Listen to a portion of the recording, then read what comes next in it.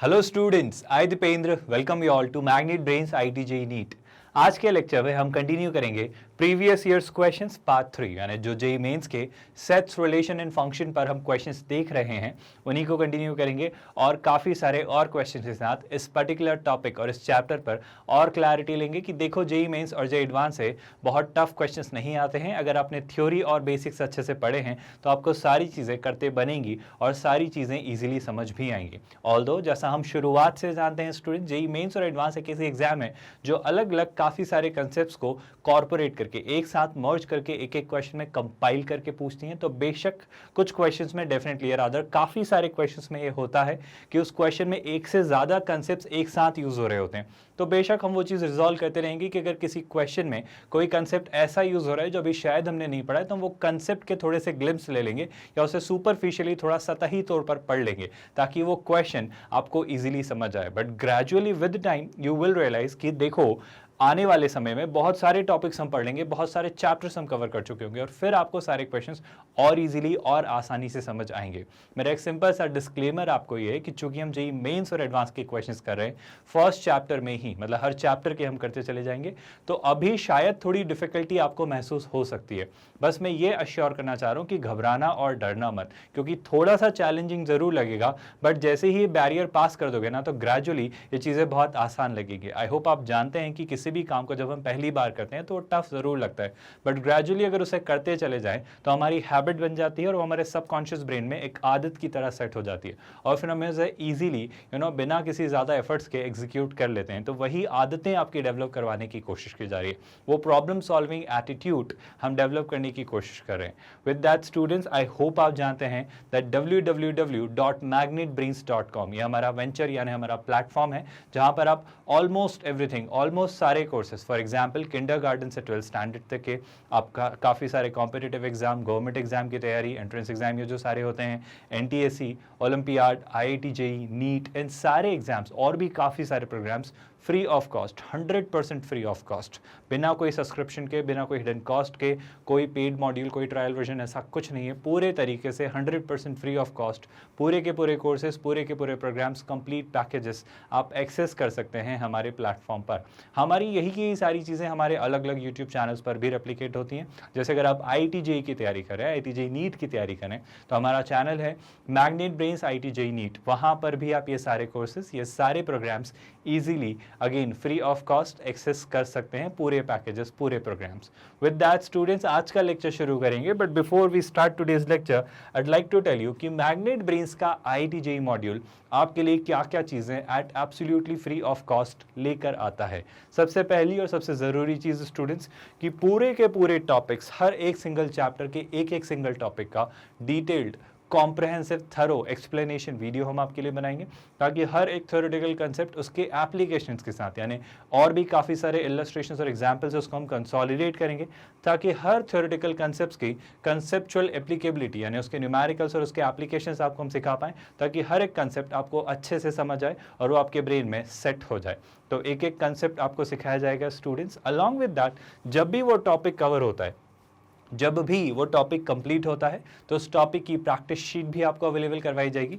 ये practice sheet आप हमारी वेबसाइट magnetbrains.com से भी डाउनलोड कर सकते हैं और ये सारी चीज़ें स्टूडेंट्स फ्री ऑफ कॉस्ट आपको प्रोवाइड कर रहा है मैग्नेट ब्रेन्स। तो मैग्नेट ब्रेन्स की वेबसाइट से आप प्रैक्टिस शीट डाउनलोड कर सकते हैं टॉपिक के कंप्लीशन पर ऑफ कोर्स, और इस शीट को प्रैक्टिस करके आप उस टॉपिक को और मजबूत और बेहतर और स्ट्रॉन्ग बना सकते हैं। ना सिर्फ स्टूडेंट्स आपको शीट प्रोवाइड की जाएगी बल्कि उस शीट का भी वीडियो सोल्यूशन आपको प्रोवाइड करेगा मैग्नेट ब्रेन्स। जी हाँ, आप मैग्नेट ब्रेन्स के साथ उस शीट का वीडियो सोल्यूशन भी एक्सेस कर सकते हैं।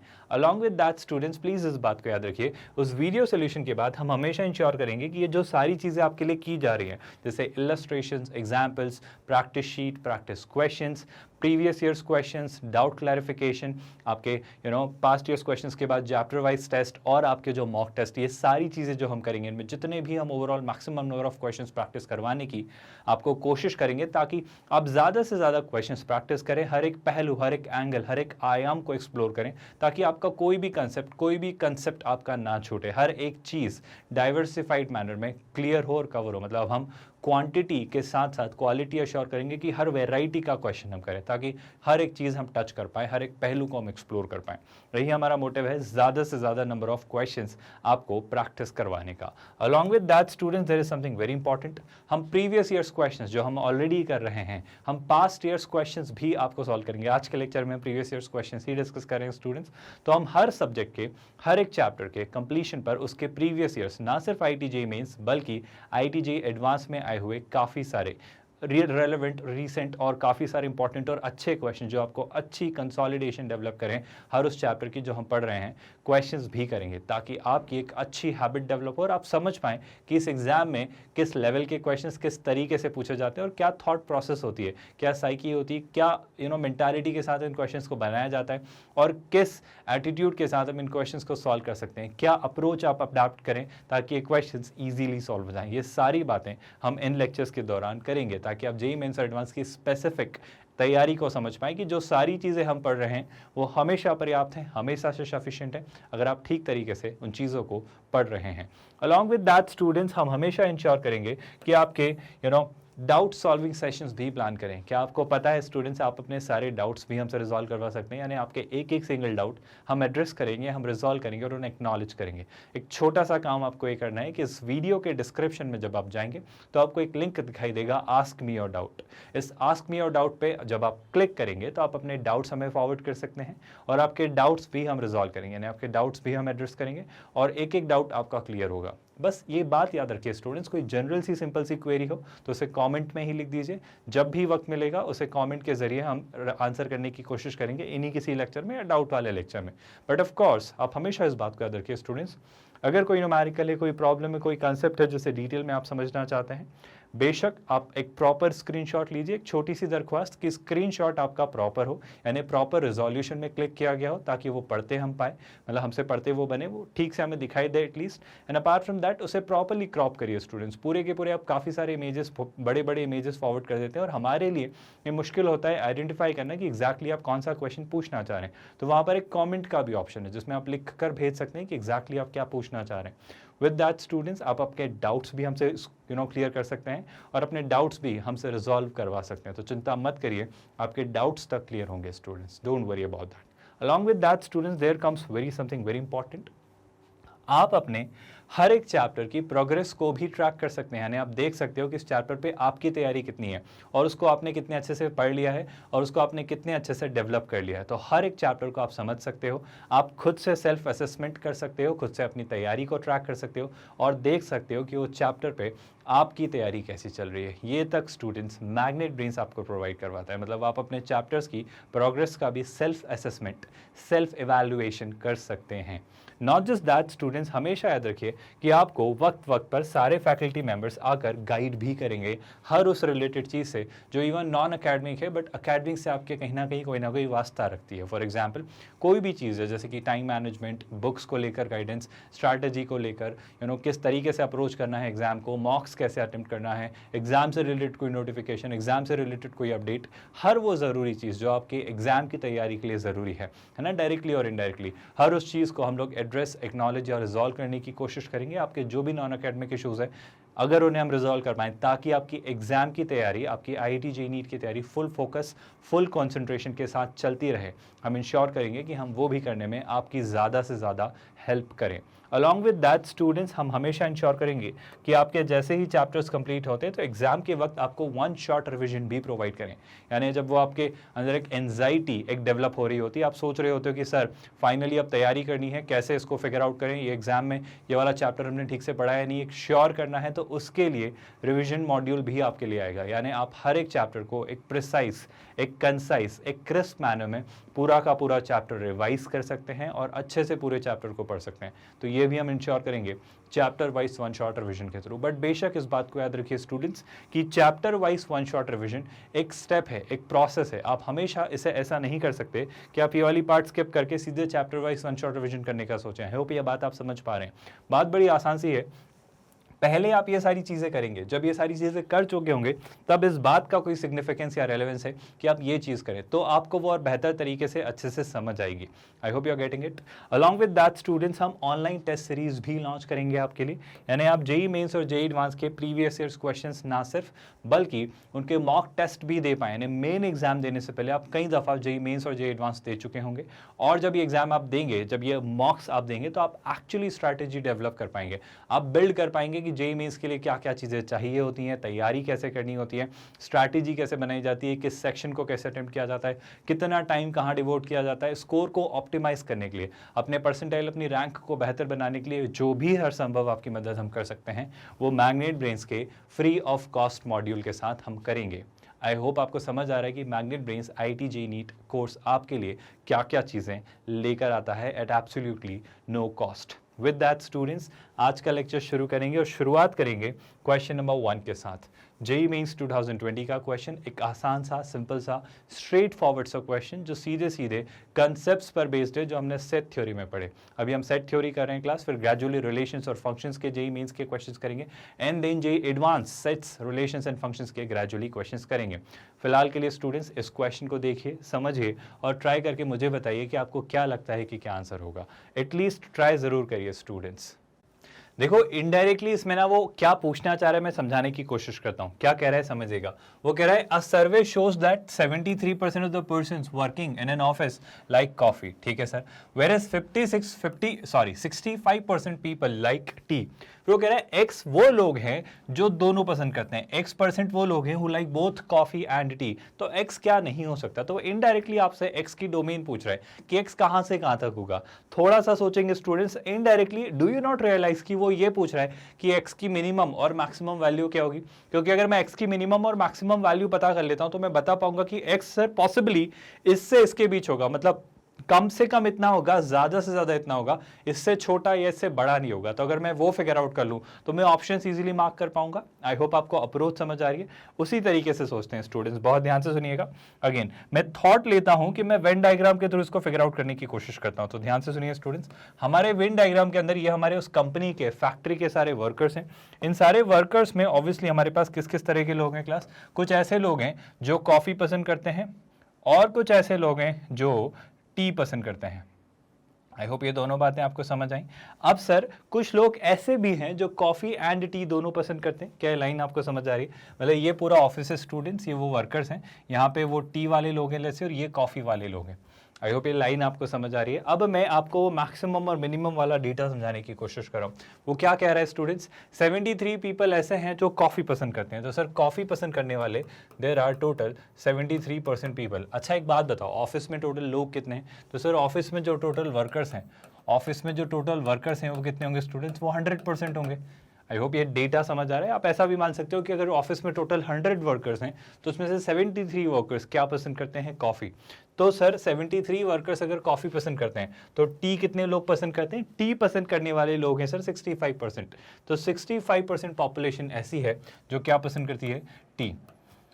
सर ये कैसे पॉसिबल है? मतलब कुछ अजीब, कुछ गड़बड़ नहीं लग रहा है आपको? कुछ प्रॉब्लम नजर नहीं आ रही कि सर ऑफिस में तो टोटल इतने लोग हैं, 73 और 65 का सम तो मुझे 100 से ज़्यादा दिख रहा है, क्योंकि आपके अकॉर्डिंग ऑफिस में 100 लोग हैं, लेकिन आपके कैलकुलेशन से सर यहाँ 73 लोग हैं 65। बट आई होप आप ये बात समझ पा रहे हो कि जो भी वो डेटा कॉम्पनसेट हो रहा होगा, वो डेटा कैसे कॉम्पनसेट हो रहा होगा कि इसका भी जो एक्स्ट्रा, इसका भी एक्स्ट्रा, जो 100 के बियॉन्ड जा रहा होगा वो यहाँ पे एडजस्ट हो जा रहा होगा। अगर आप ये लाइन समझ पा रहे हैं तो मैं क्या कहना चाह रहा हूँ उसे बहुत ध्यान से सुनिए स्टूडेंट्स।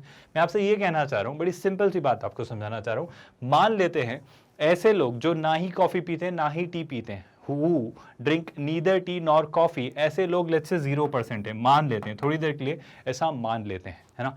तो डेफिनेटली सर यहाँ पे अगर 0% है तो कहना है से कि टी और कॉफी का जो यूनियन होगा, I repeat my statement, T और कॉफी का जो यूनियन होगा वो 100% होगा। क्योंकि सर बात समझो, इस ऑफिस में 100% लोग थे, उनमें से एक भी ऐसा शख्स नहीं है जो ना तो चाय ना कॉफी पीता है। मतलब सब के सब, पूरे के पूरे 100% लोग या तो चाय या कॉफी या दोनों पीते हैं। ये लाइन आपको समझ आ रही है स्टूडेंट्स? तो क्या इस बेसिस पे मैं ये डेटा फिगर आउट कर सकता हूं कि यहाँ पे कितने लोग ऐसे होंगे जो चाय एंड कॉफी दोनों पी रहे होंगे, but with a condition, with N assumption कि हाँ सर चाय, ना ही चाय और ना ही कॉफी पीने वाले लोग 0% हैं। आई होप आपको ये लाइन समझ आ रही है। इस बेसिस पर अगर ये डेटा फिगर आउट करने की कोशिश करूं तो मैं बड़ी आसान सी बात आपको समझाना चाह रहा हूं स्टूडेंट्स। याद है ना ये फॉर्मूला आपको, दैट ए यूनियन बी हमारे लिए क्या होता है स्टूडेंट्स, ए यूनियन बी हमारे लिए होता है number of elements in set A plus number of elements in set B minus number of elements in set A intersection B.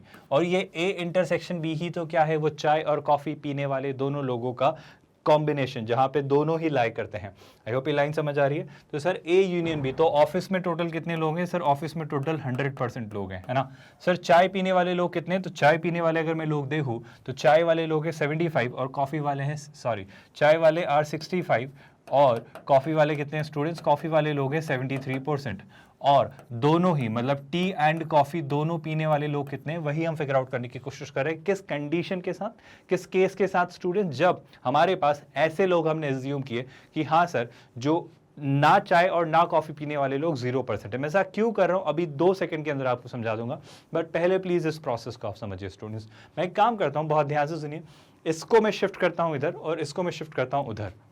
तो क्या मिल रहा है students, number of people who drink tea as well as coffee, मतलब ऐसे लोग जो चाय और कॉफी दोनों पीना पसंद करते हैं, वो कितने होंगे 65 प्लस 73। बड़ी सिंपल सी कैलकुलेशन है स्टूडेंट्स, 70 प्लस 60, 70 प्लस 60 कितना होता है 130, और 130 में 8 ऐड किया तो 138, है ना। तो ये कैलकुलेशन कितनी हो रही है 138%। सर मतलब चाय और कॉफी पीने वाले लोग टोटल 138% है, बट हमें तो पता है ना ऑफिस में लोग कितने, सर ऑफिस में तो 100% ही लोग है ना। तो आपकी कैलकुलेशन के अकॉर्डिंग अगर चाय एंड कॉफी, मतलब सिर्फ चाय और सिर्फ कॉफी, मतलब सिर्फ और चाय सिर्फ और कॉफी तो कहना गलत होगा, चाय पीने वाले लोग एंड कॉफी पीने वाले लोग, मतलब ये एंड नॉर्मल वाला एंड है ना, मतलब चाय पीने वाले लोग या फिर कॉफी पीने वाले लोग, इन लोगों का जो टोटल सम है दैट इज 138%। पर सर ऑफिस में तो 100 ही लोग हैं ना, आपके 138 138 पीपल कैसे निकल आए, तो डेफिनेटली वो जो 38 एक्स्ट्रा है, वो जो 38 एक्स्ट्रा है वो कहाँ एडजस्ट हो रहा है, वो इसमें एडजस्ट हो रहा है। मतलब आप बात समझो students, number of people who drink tea as well as coffee will be how much, will be how many 38%। Sir ये कैसी कैलकुलेशन, मतलब हो क्या रहा है, ये एग्जैक्टली क्या चल रहा है, हमें कुछ समझ नहीं आ रहा है। अब बड़ी आसानी से समझो स्टूडेंट्स, इस बात को ऐसे फिगर आउट करने की कोशिश करो, जब आपने इसे 0% कर दिया, जब आपने इसे 0% कर दिया तो आपने इसे मिनिमाइज करके इस एरिया को भी मिनिमाइज किया, क्योंकि आपने जब इसे मिनिमाइज किया तो इसको भी मिनिमम होने का स्कोप दिया। मैं क्या कह रहा हूं उसे समझाता हूं। मैंने क्या किया, टोटल ऑफिस में 100% लोग हैं और 100 में से 38 ऐसे लोग हैं सर जो कॉफी और चाय दोनों पीते हैं। तो सोच के बताओ स्टूडेंट्स, ऐसे लोग कितने होंगे जो सिर्फ कॉफी पीते होंगे। तो आई वुड से सर अगर कॉफी एंड चाय दोनों पीने वाले 38% लोग हैं, तो सिर्फ कॉफी पीने वाले लोग, मतलब सिर्फ कॉफी मतलब क्या स्टूडेंट्स, ये वाला जोन, सिर्फ कॉफी पीने वाले लोग कितने होंगे sir, it will be total coffee पीने वाले 73 हैं, उसमें से कॉफी एंड टी वाले सब्ट्रैक्ट कर देंगे तो ओनली कॉफी वाले जाएंगे। तो 73 माइनस 38 देखो कितना आ रहा है मोटा मोटा, अगर आप सीधा सीधा कैलकुलेशन करें, बहुत सिंपल सी बात है, 73 माइनस 38, 38 में 5 ऐड अगर मैं कर दूं तो कितना आ जाएगा स्टूडेंट्स 43, और 43 से 73 तक जाना है तो 53 63 73, है ना। तो ये जा रहा है 35। आई होप आपको ये बात डाइजेस्ट हो रही है। तो यहाँ पे कितना आने वाला है स्टूडेंट्स, आई होप हम सही कर रहे हैं बिल्कुल। तो ये कितना हो जाएगा, ये हो जाएगा 35%।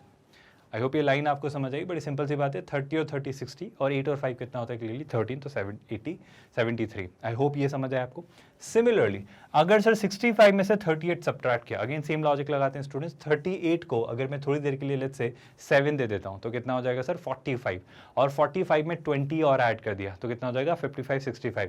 तो 7 दिया था और 20 दिया था, तो आई बिलीव ये कितना हो जाएगा, ये हो जाएगा 27%। मतलब इस 27% का क्या रेलेवेंस है सर, 27% वो नंबर है, ये उन लोगों का डेटा है जो सिर्फ क्या पीना पसंद करते हैं, जो सिर्फ चाय पीना पसंद करते हैं, मतलब वो डेटा है। तो आई होप आपको बात समझ आ रही है। 27% वो लोग हैं which who like only T, है ना, क्या आपको ये बात समझ आ रही है। 35% वो लोग हैं sir who like only coffee. बस ऐसे ही मैं बात करना चाह रहा हूँ, आपको एक डिटेल में ले जाना चाह रहा हूँ। इस डेटा का इस क्वेश्चन से कुछ लेना देना नहीं, ये क्वेश्चन हम 10 सेकंड में ट्राई कर सकते हैं, बट इसके थ्रू मैं आपको और ज्यादा चीजें समझाना चाह रहा हूँ कि देखो चीजें एग्जैक्टली इंटरनली कैसे हो रही होती हैं। और ये 38% वो हैं स्टूडेंट्स जो दोनों पसंद करते हैं, who like both tea and coffee. And what about this 0% students, ये 0% कौन लोग हैं सर, ये 0% वो लोग हैं जिन्हें ना तो कॉफी पसंद है ना ही चाय पसंद है, who like neither T nor coffee. I hope ये बातें आपको कंफ्यूज नहीं कर रही हैं और ये बातें डाइजेस्ट हो रही है और इजीली समझ आ रहा है। और ये टोटल क्या है स्टूडेंट्स 100% लोग। तो जब मैंने इससे मिनिमाइज किया नीदर टी नॉर कॉफी को, तो मैं इससे भी मिनिमाइज कर पाया। सर आप ऐसा क्यों कर रहे हो मिनिमाइज कर पाए, ये मैक्सिमम वैल्यू नहीं हो सकती क्या? सोच के देखना, आप सिंपल सी थॉट को लगाओ, सिंपल सी थॉट प्रोसेस अप्लाई करो। सर क्या इससे छोटा नहीं हो सकता? आप सोच के देखो, आप 38 से छोटा करके देखो, प्रॉब्लम क्या होने लगेगी वो समझाता हूं। जैसे मान लो मैंने 38 से छोटा किया तो प्रॉब्लम क्या होगी, 38 से कम अगर आपने कोशिश भी की, 37 भी लिखा, तो देखो डेटा एडजस्ट नहीं हो पाएगा। आप डेटा यहां और यहां नहीं रख पाओगे, आपके डेटा में इनकंसिस्टेंसी आएगी। ऐसा एक एग्जाम्पल, एक ऐसा रिलेटेड क्वेश्चन जो थोड़ी सी चीज की बारीकी या डिटेल आपको समझाता है, हम ऑलरेडी कर चुके हैं, जहां पर मैंने आपको सिखाया था, याद करिए स्टूडेंट्स, कि सेट में अगर मुझे 2 सेट्स का डेटा दे दिया जाए तो उनके इंटरसेक्शन की मिनिमम और मैक्सिमम वैल्यू कैसे निकालते हैं। तो मिनिमम वैल्यू निकालने का तरीका है कि उन दोनों का जो यूनियन है, वो जो हम कर रहे थे उनके इंडिविजुअल 65 और 73 का जो सम है, वो इनके यूनियन से कितना ज्यादा है, तो जो एक्स्ट्रा पार्ट है वो इसके इंटरसेक्शन की मिनिमम वैल्यू होती है। सर अगर आप कह रहे हो 38% मिनिमम वैल्यू है तो मैक्सिमम वैल्यू क्या होगी? बड़ी आसान सी बात है स्टूडेंट्स, अगर मैं मैक्सिमम वैल्यू निकालना चाहता हूं तो मैक्सिमम वैल्यू निकालना भी बहुत टफ टास्क नहीं है। आपके पास अगेन ये दोनों सेट्स हैं, सोच के देखो स्टूडेंट्स, एक सेट ये रहा और एक सेट ऑब्वियसली ये रहा, है ना। और सर एक बड़ी छोटी सी सिंपल सी बात कि ये क्या था, ऑब्वियसली टी वाले, और ये कौन थे, कॉफी वाले। सर टी वाले कितने लोग हैं? सर टी पीने वाले आई थिंक 65 और कॉफी आर 73। तो टी पीने वाले देर आर 65 पीपल, 65%, और कॉफी वाले there are 73% people. Now I am trying to make you understand कि मान लो अगर मैं एक यूनिवर्सल सेट भी बना दूं थोड़ी देर के लिए आपके लिए, जैसे मान लो ये पूरा यूनिवर्सल सेट है ना, अगर इसमें वो सारे लोग हैं जो ऑफिस के वर्कर्स हैं, जो ऑफिस के एम्प्लॉयज हैं, तो वो तो अभी भी कितना है स्टूडेंट्स, वो है 100%। सर अब क्या करना चाह रहे हो आप? मैं बस एक छोटी सी चीज करना चाह रहा हूं कि इस जोन को, जो इंटरसेक्शन है which implies both tea and coffee, ये जो जोन है स्टूडेंट जो किसको बिलोंग करता है, ये बिलोंग करता है बोथ टी एंड कॉफी को, ये जोन को मैं मैक्सिमाइज करना चाह रहा हूं। मुझे सोच के बताओ स्टूडेंट्स उसमें मैक्सिमम वैल्यू क्या रख सकता हूं? सर अगर आपके पास एक थॉट आ रहा है तो क्या आप इसके अंदर 73% रख सकते हो? सर शायद रख सकता हूं, क्योंकि 73% यहां रखा तो यहाँ पे 0% रख देंगे, तो 73 + 0 73 चल रहा है, मतलब डेटा कंसिस्टेंट है, कोई प्रॉब्लम नहीं है। बट आपने ऑब्जर्व किया प्रॉब्लम हो गई। देखो इस सर्कल की तो मैक्सिमम वैल्यू 65 है ना, और अगर इस सर्कल की मैक्सिमम वैल्यू ही 65 और अगर आपने यहीं 73 रख दिया तो यहाँ तो आपको कोई नेगेटिव वैल्यू रखनी पड़ेगी ना। और सेट में नेगेटिव वैल्यू कैसे आती है? वो तो नंबर ऑफ एलिमेंट्स है, वो तो परसेंटेज ऑफ एलिमेंट, और नेगेटिव कैसे हो सकता है? तो आपको ये बात समझ आ रही है, 73 गलत डेटा है, क्योंकि 73 रखने के कारण डेटा इनकंसिस्टेंट होगा। पर सर 73 नहीं रख सकते, तो और बड़ी से बड़ी वैल्यू क्या रखते हैं? तो एक और बड़ी वैल्यू दिख रही है 65। सर 65 ट्राई करके देख लेते हैं। सर अगर मैंने ट्राई किया 65, तो 65 के साथ कोई प्रॉब्लम है क्या? सर इस पूरे सर्कल की वैल्यू 65 होनी चाहिए, उसमें ये पार्ट ही 65 हो गया, तो मैं इसको क्या कहूंगा, 0%। सर अगर ये 65 हो गया है तो इस सर्कल की वैल्यू कितनी चाहिए? इस सर्कल की वैल्यू 73 चाहिए। तो 65 + 5 + 3 यानी 8, तो 65 + 8 कितना हो जाएगा? आई बिलीव वो 73% हो जाएगा। आपको बात समझ आ रही है? मैंने क्या किया स्टूडेंट्स, मैंने इस जोन को जो बिलोंग करता है बोथ टी एंड कॉफी को मैक्सिमाइज करने की कोशिश की। कैसे किया? बड़ी सिंपल सी बात की कि सर एक छोटा सा काम करते हैं। सर इन दोनों में जो छोटी वैल्यू है उसको मैंने इन दोनों के इंटरसेक्शन को असाइन किया, क्योंकि बड़ी वाली वैल्यू के कारण ये वाला सेट इनकंसिस्टेंट हो जाता। तो हमने क्या रखा है यहाँ पर 65%। आई होप ये लाइन आपको समझ आई। इस बेसिस पे मैं आपको ये कहना चाह रहा हूँ, बड़ी सिंपल सी बात स्टूडेंट्स, कि सोच के देखो 65 + 8 कितना था? 73। पर टोटल एम्प्लॉयज तो कितने थे सर? टोटल एम्प्लॉयज तो 100% थे। तो अगर 73 से 100 तक जाना है तो सर बचे लोग कहाँ गए? मतलब 73 से 100 तक जाना है तो मेरे ख्याल से 27% लोगों का क्या? तो उस केस में मैं ये कह दूंगा सर कि 27% वो लोग होंगे जो कि क्या कर रहे होंगे सर? 27% वो लोग होंगे जिन्हें ना तो क्या पसंद आ रही होगी स्टूडेंट्स, कॉफी, और ना ही क्या पसंद आ रही होगी स्टूडेंट्स, टी। क्या आपको ये लाइन समझ आई? और इस बार जो आपने थोड़ी सी हेरफेर डेटा के साथ की है वो क्या कर दिए सर, कि इस बार जो ओनली टी वाले लोग हैं वो आपने 0% कर दिया। वो क्यों 0% किए? क्योंकि जो ज्यादा से ज्यादा डेटा था वो आप यहां रखना चाह रहे थे, और ओनली कॉफी वाले भी आपने मिनिमाइज कर दिया। आपको बात समझ आ रही है? तो जैसे ही आपने only tea and only coffee को मिनिमाइज किया, आपका tea and coffee, both tea and coffee maximize हो गया। ऐसा ही मैं यहां दिखाना चाह रहा हूं कि जब आपने इन्हें मैक्सिमाइज करके रखा तो ये मिनिमाइज हो गया।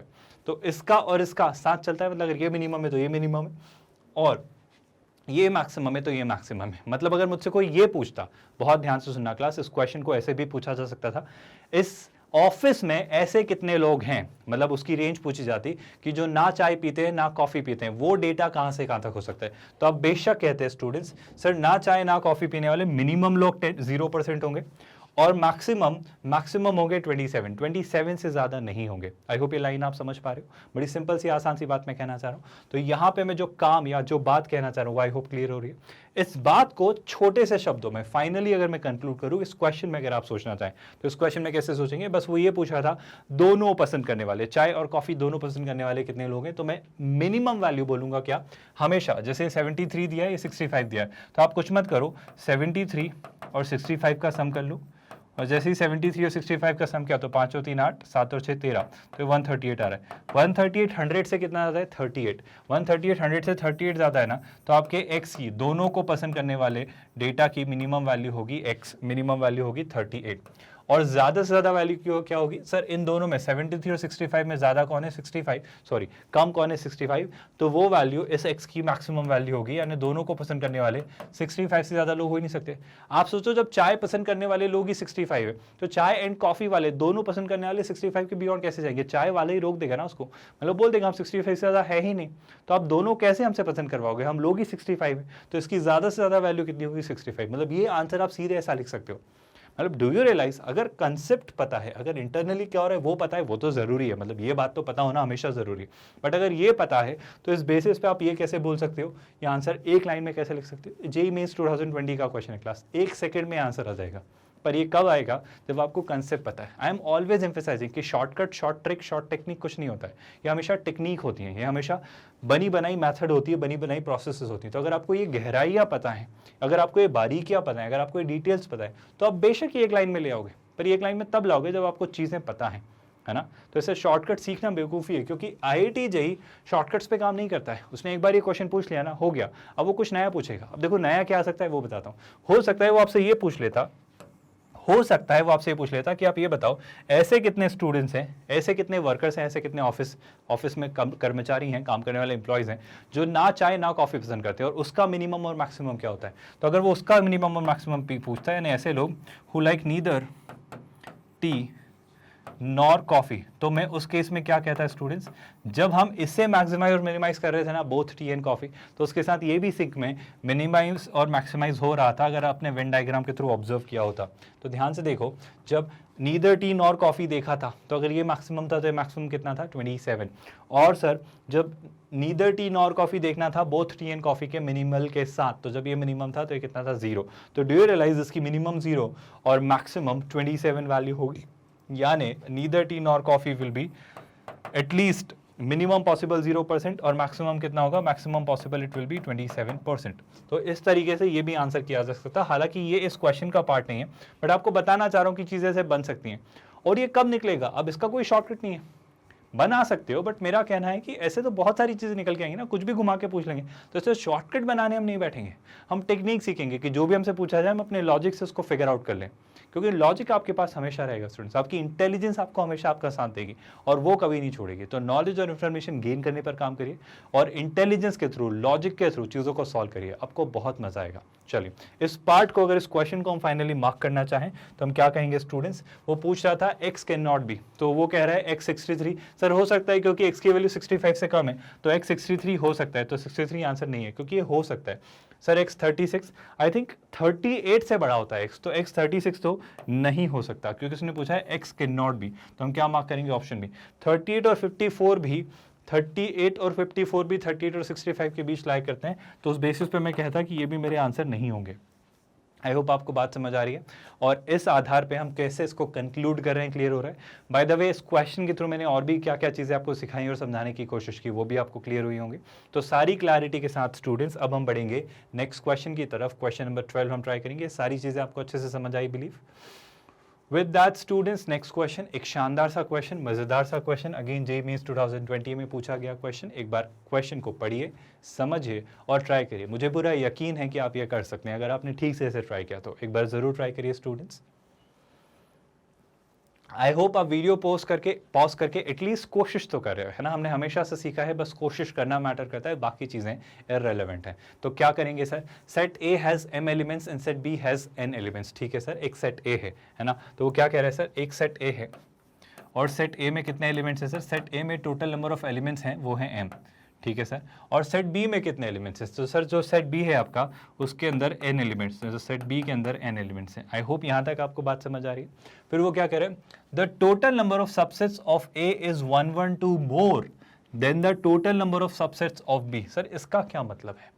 याद करो स्टूडेंट्स, एक थ्योरी हमने पढ़ी थी कि अगर किसी सेट के अंदर अगर कुछ नंबर ऑफ एलिमेंट्स हैं, जैसे कि फॉर एग्जांपल अगर एक सेट ए है तो सेट ए के अंदर लेट्स से एलिमेंट्स हैं 1 और 2, है ना, लेट्स से 2 ही एलिमेंट लेते हैं, तो नंबर ऑफ सबसेट्स कितने होंगे? Number of subset of a कितने होंगे? याद करो नंबर ऑफ सबसेट्स, अगर मैं बात करूँ तो एक सबसेट क्या बनेगा? 1 बन जाएगा, एक सबसेट 2 बन जाएगा, एक सबसेट दोनों को इंक्लूड करते हुए बन जाएगा, और एक सबसेट 5 भी तो होता है। तो ये सारे जो हैं ये सारे सबसेट्स हैं, और इन सारे सबसेट्स के सेट के कॉम्बिनेशन को हम पावर सेट ऑफ ए कहते हैं। याद करो स्टूडेंट्स, ये सारी बातें हम कर चुके हैं। तो इसमें एलिमेंट्स कितने हैं सर? 1 2 3 4। तो ये 4 हर बार इसे बना के देखना पड़ेगा क्या? नहीं, मैं बस ये कहना चाह रहा हूँ ए के अंदर एलिमेंट्स पता करो। तो अगर ए सेट के अंदर 2 एलिमेंट्स थे तो number of elements in set ए कितने होंगे? Sir number of elements in set a are 2। तो अगर ये वैल्यू पता चल गई है 2, तो कुछ मत करो, किसी भी सेट में अगर मुझे पता करना है कि उसके पावर सेट में, मतलब उसके नंबर ऑफ सबसेट्स कितने होंगे, है ना, मतलब उसके पावर सेट में कितने एलिमेंट्स होंगे, यानी उसके नंबर ऑफ सबसेट्स कितने होंगे, है ना, मतलब ये इस लाइन का मतलब क्या है स्टूडेंट्स? लाइन का मतलब है नंबर ऑफ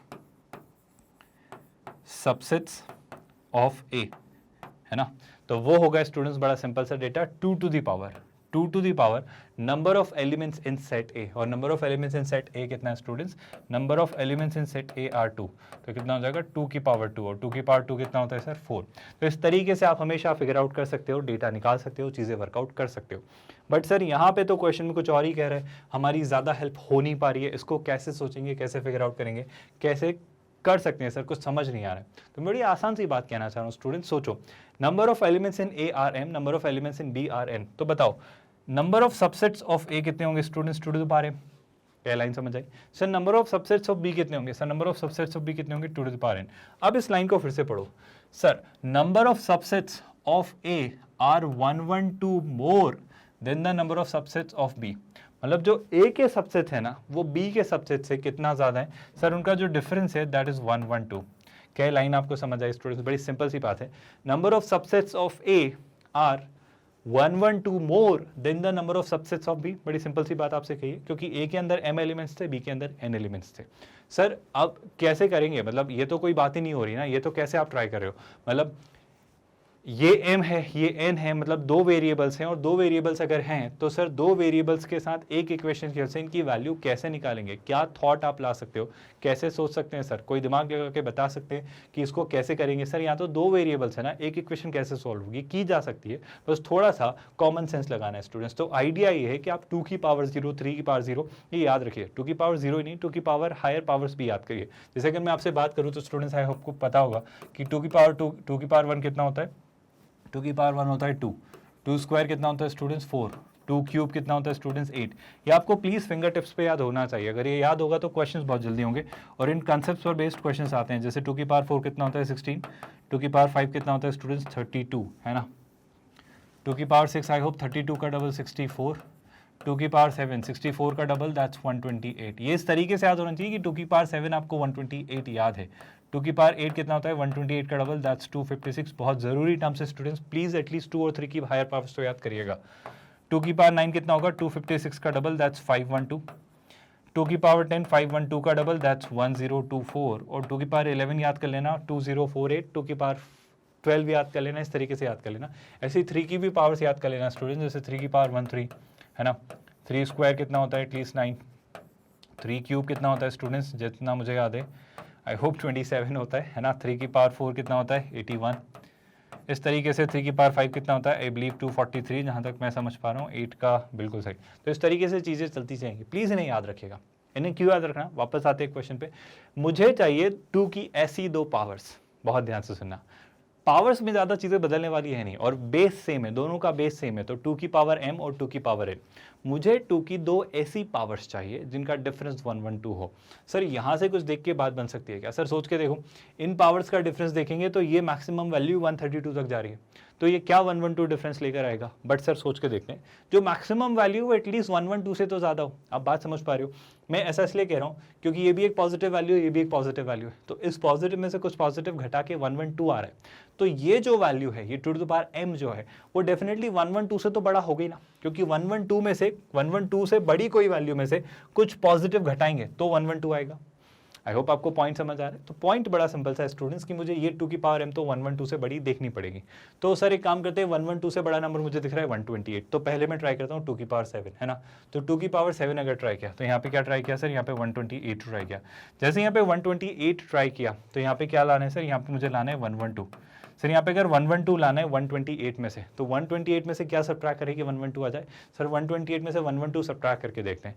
तो अगर 128 में से 112 सब्ट्रैक्ट किया तो 112 से 128 तक जाने के लिए क्या दिख रहा है सर? ये दिख रहा है 8 यानी 120 और 8 यानी 16 दिख रहा है। तो सर अगर 128 में से 16 सब्ट्रैक्ट करें, अब आपको ये सोचना है स्टूडेंट्स कि जब आप 128 में से 16 सब्ट्रैक्ट कर रहे हो, 128 में से 16 सब्ट्रैक्ट कर रहे हो, तो ये जो 16 है क्या ये भी कोई 2 की पावर है? तो सर जहाँ तक मैं सोच पा रहा हूँ मेरे ख्याल से सर 2 की पावर 4 एक 16 होता है, मतलब शायद हम आंसर ला चुके हैं, हम शायद आंसर ला चुके हैं, शायद इसलिए आंसर ला चुके हैं कि 2 की पावर 7 128 बना रहा था और 2 की पावर 4 16 बना रहा था।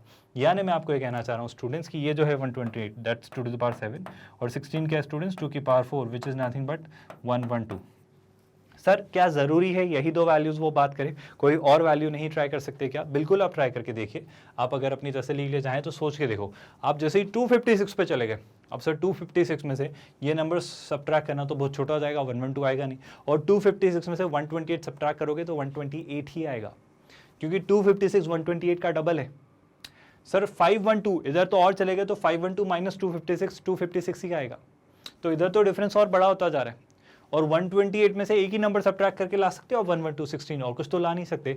तो I am on that basis able to conclude कि सर यही एक सुटेबल यूनिक कॉम्बिनेशन होगा जो डिफरेंस आपको 112 देगा 2 की पावर्स में, यानी 2 की पावर 7 और 2 की पावर 4 ही इकलौता ऐसा कॉम्बिनेशन है। क्या आपको ये बात समझ आ रही है? यानी मैं बड़ी आसान सी बात आपसे कहना चाह रहा हूँ कि हाँ आप बेशक कंक्लूड कर सकते हो, यानी इस बार फॉर्चुनेटली अगर चीज़ें इतनी आसान है कि 2 की पावर्स में मेंशन्ड है, तो हाँ हम एक ही इक्वेशन के बेसिस पे दो वेरिएबल्स फिगर आउट कर सकते हैं। मतलब 2 की पावर n माइनस 2 की पावर n अगर 112 है तो बिल्कुल जो m की वैल्यू होगी वो 7 होगी सर, और जो n की वैल्यू होगी सर वो 4 होगी। और अगर m की वैल्यू 7 है और n की वैल्यू 4 है तो हमसे क्या पूछा जा रहा था? वो पूछ रहा था then the value of m dot n। तो m डॉट n ये न्यूमेरिकल आंसर टाइप क्वेश्चंस होते हैं स्टूडेंट्स। जेई मेंस का पैटर्न बड़ा सिंपल सा है, 25 क्वेश्चंस, आपके 20 क्वेश्चंस कैसे होते हैं स्टूडेंट्स? 20 मतलब टोटल 30 क्वेश्चंस होते हैं, पहले 25 हुआ करते थे, अभी भी 30 में से आपको करने 25 ही हैं। उसमें कुछ ऐसा सा होता है स्टूडेंट्स, बड़ी सिंपल सी कहानी होती है अगर मैं जेई मेंस की बात करूँ। So there are 30 questions in the exam. 30 questions में से आपके 20 क्वेश्चंस कैसे होते हैं? 20 क्वेश्चंस आपके एमसीक्यू होते हैं, मतलब एक सिंगल ऑप्शन करेक्ट होता है, और 10 क्वेश्चंस होते हैं न्यूमेरिकल आंसर टाइप, जिनमें आपको एक न्यूमेरिकल वैल्यू फीड करनी होती है। जैसे ये क्वेश्चन जो हम कर रहे हैं न्यूमेरिकल आंसर टाइप है। अभी तक जो पैटर्न चला आ रहा है उसमें ये होता है स्टूडेंट्स कि 10 में से आपको कोई भी 5 क्वेश्चंस करने होते हैं, एनी 5, है ना, और इन 20 के तो पूरे 20 करने होते हैं, तो टोटल 20 + 5 कितना बन जाता है? डेटा 25। तो आपको एक्चुअली एग्जाम में 25 क्वेश्चंस करके आने होते हैं, बल्कि दिए 30 होते हैं। पैंडेमिक से कहानी का सिलसिला शुरू हुआ है, हालांकि हमारा मसला नहीं है अभी, मसला बस इतना सा है कि numerical input type, numerical answer type ये क्वेश्चन है, मतलब यहाँ पे न्यूमेरिकल आंसर आपको देना होगा। तो न्यूमेरिकल आंसर क्या है सर? सर m की वैल्यू है 7 और n की वैल्यू है 4, है ना। तो आपसे क्या पूछ रहा है? वो वैल्यू पूछ रहा है m dot n, m into n की वैल्यू। तो कहना है से m इंटू n की जब आप वैल्यू निकालेंगे तो कितनी होगी स्टूडेंट्स? 7 इंटू 4, है ना। 7 इंटू 4 कितना होता है स्टूडेंट्स? 28। तो आप क्या मार्क करेंगे? आप लिखेंगे 28 एज द करेक्ट आंसर। क्या आपको समझ आए? एक आसान सा, सिंपल सा, स्ट्रेट फॉरवर्ड सा क्वेश्चन जेईई मेंस 2020 ने पूछा। मैं आपको बस ये रियलाइज़ करवाना चाह रहा हूँ कि एग्जाम्स बहुत टफ नहीं हैं अगर आपको बेसिक्स पता है, अगर आपको बातें पता हैं। डू यू रियलाइज़ क्या ये बहुत लेंदी क्वेश्चन था? क्या ये बहुत डिफिकल्ट? जेईई एडवांस मज़ेदार एग्जाम है, जेईई एडवांस के क्वेश्चन सॉल्व करके आपको बहुत अच्छा फील होगा, बहुत मज़ेदार क्वेश्चन।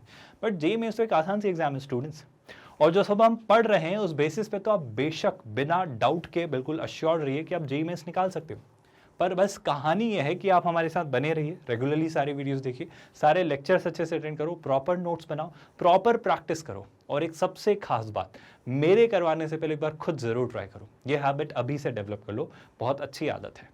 तो क्या आपको ये बात समझ आई कि क्वेश्चंस कितने आसान हैं और जेईई मेंस बहुत टफ एग्जाम नहीं है? और डेफिनेटली ऐसे आसान क्वेश्चंस आएंगे, मतलब बेशक मैं मान रहा हूँ जेईई मेंस में सारे क्वेश्चंस आसान नहीं होंगे, कुछ क्वेश्चंस ईजी होंगे, कुछ मॉडरेट होंगे और कुछ टफ होंगे। मैं कह रहा हूँ सर ईजी और मॉडरेट करते हैं, टफ हम बाद में कर लेंगे। क्या आपको बात समझ आई? आप ईजी और मॉडरेट करके कट ऑफ और मेरिट में आ सकते हो, और बिल्कुल टॉप रैंक्स लानी है तो वो टफ क्वेश्चन सॉल्व करोगे। तो ऐसी कुछ कहानी चल रही होती है। खैर ये बातें हम बाद में भी कर लेंगे, अभी हमारा मसला है सिर्फ जेईई मेंस को समझना, और मैं प्रीवियस ईयर्स क्वेश्चंस के थ्रू आपको रियलाइज करवाना चाह रहा हूँ कि बहुत टफ क्वेश्चंस नहीं है, और ये रिसेंट के क्वेश्चन है क्लास, तो सब आसान है अगर आप ठीक से चलते चले तो। विद दैट स्टूडेंट्स अगले क्वेश्चन की तरफ बढ़ेंगे। नेक्स्ट क्वेश्चन हम ट्राई करेंगे। Next question again JEE Mains ने पूछा है, एक अच्छा सा क्वेश्चन है, एक अच्छी डिटेल पर बेस्ड क्वेश्चन है, मजेदार सी डेटा दिया हुआ है। एक बार जरा आप खुद से ट्राई करें, वीडियो पॉज करें और फिर हम इसे साथ में डिस्कस करेंगे। आई होप ये क्वेश्चन आपने अटेम्प्ट किया। देखते हैं साथ में और क्या लिखा है, पहले क्वेश्चन समझते हैं, क्योंकि हम हमेशा से डिस्कस करते हैं क्वेश्चन समझना शुड बी और मेन मोटिव, मेन इंटेंट। तो क्या कह रहा है सर? सर वो कह रहा है लेट एक्स एक सेट है जहाँ पे लिखा हुआ है कि एन जो एक नंबर है वो 1 से 50 के बीच में है, और एन क्या है स्टूडेंट्स? एन एक नेचुरल नंबर है। तो ये 1 से 50 के बीच के 1 और 50 को इंक्लूड करते हुए सारे नेचुरल नंबर्स हैं। तो सेट एक्स आपको समझ आया? बहुत घुमा के उसने लिख दिया, वो बड़ी आसान सी बात कर रहा है, all the natural numbers from 1 to 50 inclusive of both. ये आपका क्लियरली है सेट एक्स। आई होप ये क्लियर हो रहा है। विद दैट अगली जो बात कह रहा है वो क्या कह रहा है? सर एक और सेट ए है, बट सेट ए क्या है? सर सेट ए है all the values of n, मतलब all the values of n which belong to x where n is a multiple of 2। multiple of 2 मतलब क्या? 2 4 6 8, यानी सारे even numbers की वो बात कर रहा है। आई होप आपको क्लिक हो रहा है। तो set a is nothing but all the even numbers। फिर b सेट के बारे में क्या कर रहा है? Again n belongs to set of x where set of x, और x क्या है? वही set x। आई होप आपको बात समझ आ रही, ये भी वही सेट x है, यानी 1 से 50 के बीच में 1 से 50 को इंक्लूड करते हुए सारे इवन नंबर्स यहां पर हैं। और सेट बी क्या है? सर 1 से 50 को इंक्लूड करते हुए, मतलब 1 से 50 के बीच में 1 और 50 को इंक्लूड करते हुए, क्योंकि सेट एक्स में से एक नंबर उठाना है, और वो कैसा नंबर होगा?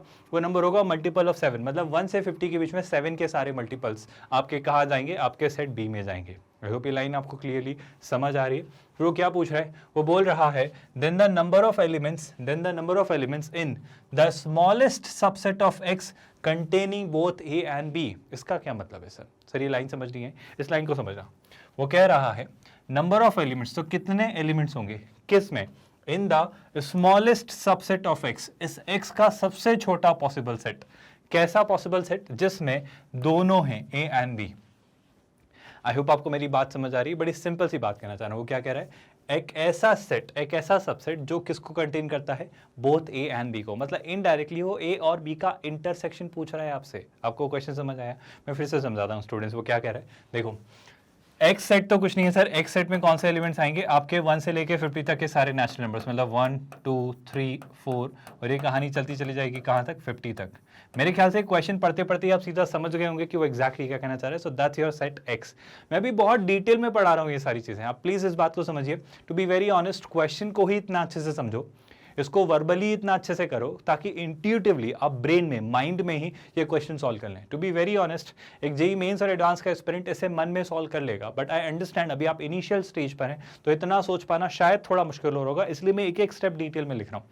बट प्लीज कोशिश करिए, प्लीज आदत डालिए कि आप ज्यादा से ज्यादा चीजें दिमाग में सोचें। जैसा मैं आपको क्वेश्चन समझाते वक्त कह रहा था कि देखो ऐसा होगा ऐसा होगा ऐसा होगा, तो सारी चीजें ब्रेन में कर लो। टू बी वेरी ऑनेस्ट, सच का होना तो इस क्वेश्चन में कुछ लिखने की जरूरत नहीं है, आप इसे सिर्फ पढ़ते पढ़ते सॉल्व कर सकते हो, सिर्फ पढ़ते पढ़ते, और आपको खुद रियलाइज होगा थोड़े टाइम के बाद। बट फिलहाल के लिए स्टेप बाय स्टेप समझते हैं, क्योंकि अभी हम इनिशियल स्टेज पर हैं जहां पर शायद इतना ज्यादा आपसे मैं एक्सपेक्ट करूं तो बेईमानी होगी। तो ऑप्शन के मतलब जो हमारा सेट एक्स है वो कुछ ऐसा होगा सर।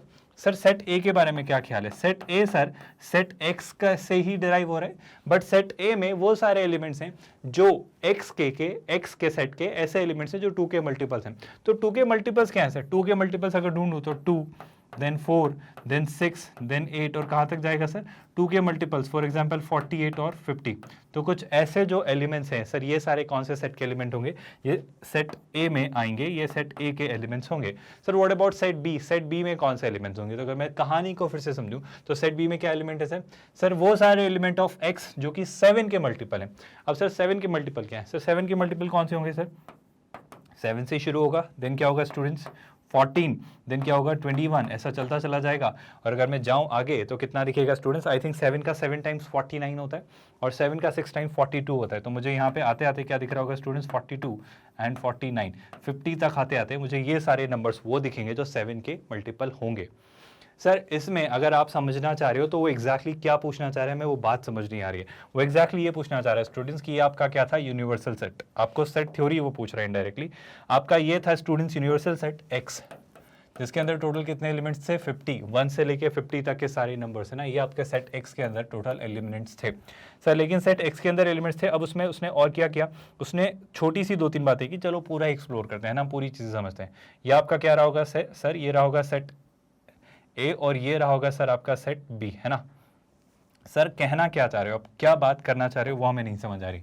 सोच के देखो स्टूडेंट्स, ये सेट ए और ये सेट बी है। सेट ए में क्या आ रहा था, सेट ए में सारे 2 के मल्टीपल्स आ रहे थे। 2 के मल्टीपल्स मतलब क्या सर, मैं थोड़ा सा विजुलाइज करवाना चाह रहा हूँ क्योंकि इस क्वेश्चन के थ्रू मैं कुछ और भी बातें करना चाह रहा हूँ और काफ़ी कुछ सिखाना चाह रहा हूँ कि देखो ये सब करने की जरूरत नहीं है। ये सारी चीज़ें आप ब्रेन में विजुलाइज करो, ये सारी बातें आप ब्रेन में इमेजिन करो, क्योंकि जितना ज़्यादा दिमाग में सोचोगे उतना कम लिखोगे और जितना कम लिखोगे उतना टाइम कंज्यूम कम करोगे। हम ज़्यादा से ज़्यादा टाइम बचाएंगे ताकि हम अच्छे क्वेश्चंस को वो टाइम दे पाएं और इन क्वेश्चंस को फटाफट सोच पाएं। तो ये एक ऐसा आसान सा क्वेश्चन है जो आप सीधे सीधे ब्रेन में सोच सकते थे, बट मैं कह रहा हूँ कि देखो ब्रेन में क्या क्या सोचना है वो तो आपको डेमोन्स्ट्रेट करना पड़ेगा, तो वो मैं सिखाना चाह रहा हूँ कि देखो ये चीज़ें होंगी। तो ए में कौन कौन एलिमेंट आएंगे, ए में आएगा 2, 4, 6, 8, 10, है ना, फिर आएगा 12, फिर आएगा 14, मैं 14 को यहाँ लिख दे रहा हूँ, है ना, देयर इज अ रीजन। ऐसे करते करते करते सारे इवन नंबर्स हमारे आएंगे सेट ए में। सेट बी में कौन से एलिमेंट्स आएंगे सर, सेट बी में 7 के सारे मल्टीपल, जैसे 7, 14, फिर क्या आ जाएगा सर 21, फिर क्या आ जाएगा लेट्स से 28, और ऐसे सारे नंबर्स आते चले जाएंगे सेट बी में। आई होप आपको ये बात समझ आ रही है। तो सेट बी में भी काफ़ी सारे एलिमेंट्स आएंगे, जैसे सेट ए में आखिरी एलिमेंट क्या होगा 50, सेट बी में आखिरी एलिमेंट क्या होगा 49।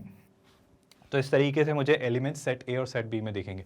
अब वो जो आपसे पूछ रहे हैं ना स्टूडेंट्स, वो इस सेट का ख्याल पूछ रहे हैं। तो क्या आप हवा में नहीं सोच पा रहे हो, मुझे क्या सोचना है, मुझे वो नंबर्स चाहिए सर।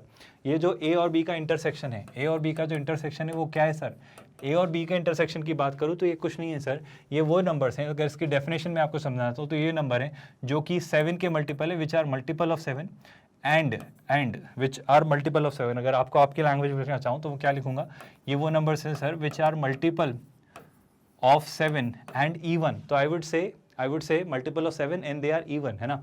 तो multiple of 7 and they are even, है ना। तो एंड इवन नंबर मतलब आई होप ये लैंग्वेज समझ आ रही है आपको। तो ए इंटरसेक्शन बी में क्या आएगा, 7 का पहला मल्टीपल 7 खुद होता है, अगला मुझे चाहिए तो इवन मल्टीपल कौन है 14, फिर 21, फिर अगला क्या आएगा 28, फिर अगला क्या आएगा स्टूडेंट्स 7 का 5 टाइम्स 35, 35 के बाद क्या आता है आई थिंक 42, और 42 के बाद क्या आता है 49। तो 49 नहीं लिखेंगे, आई होप उन्होंने सही लिखा है, 7, 14, 21 नहीं लेंगे, 28 ले लेंगे, 28 के बाद क्या आएगा स्टूडेंट 35 नहीं लेंगे, 42 ले लेंगे, 7 के सारे इवन मल्टीपल्स हमें लेने हैं, है ना। आई होप आपको बात समझ आ रही है। 35, 42, 42 के बाद अगेन 49 नहीं लेंगे। तो आपको रियलाइज हो रहा है स्टूडेंट्स, ए इंटरसेक्शन बी को जब आपने एक्सप्लोर किया तो ये 3 नंबर्स आपको मिले, कौन कौन, 14, 28 और 42।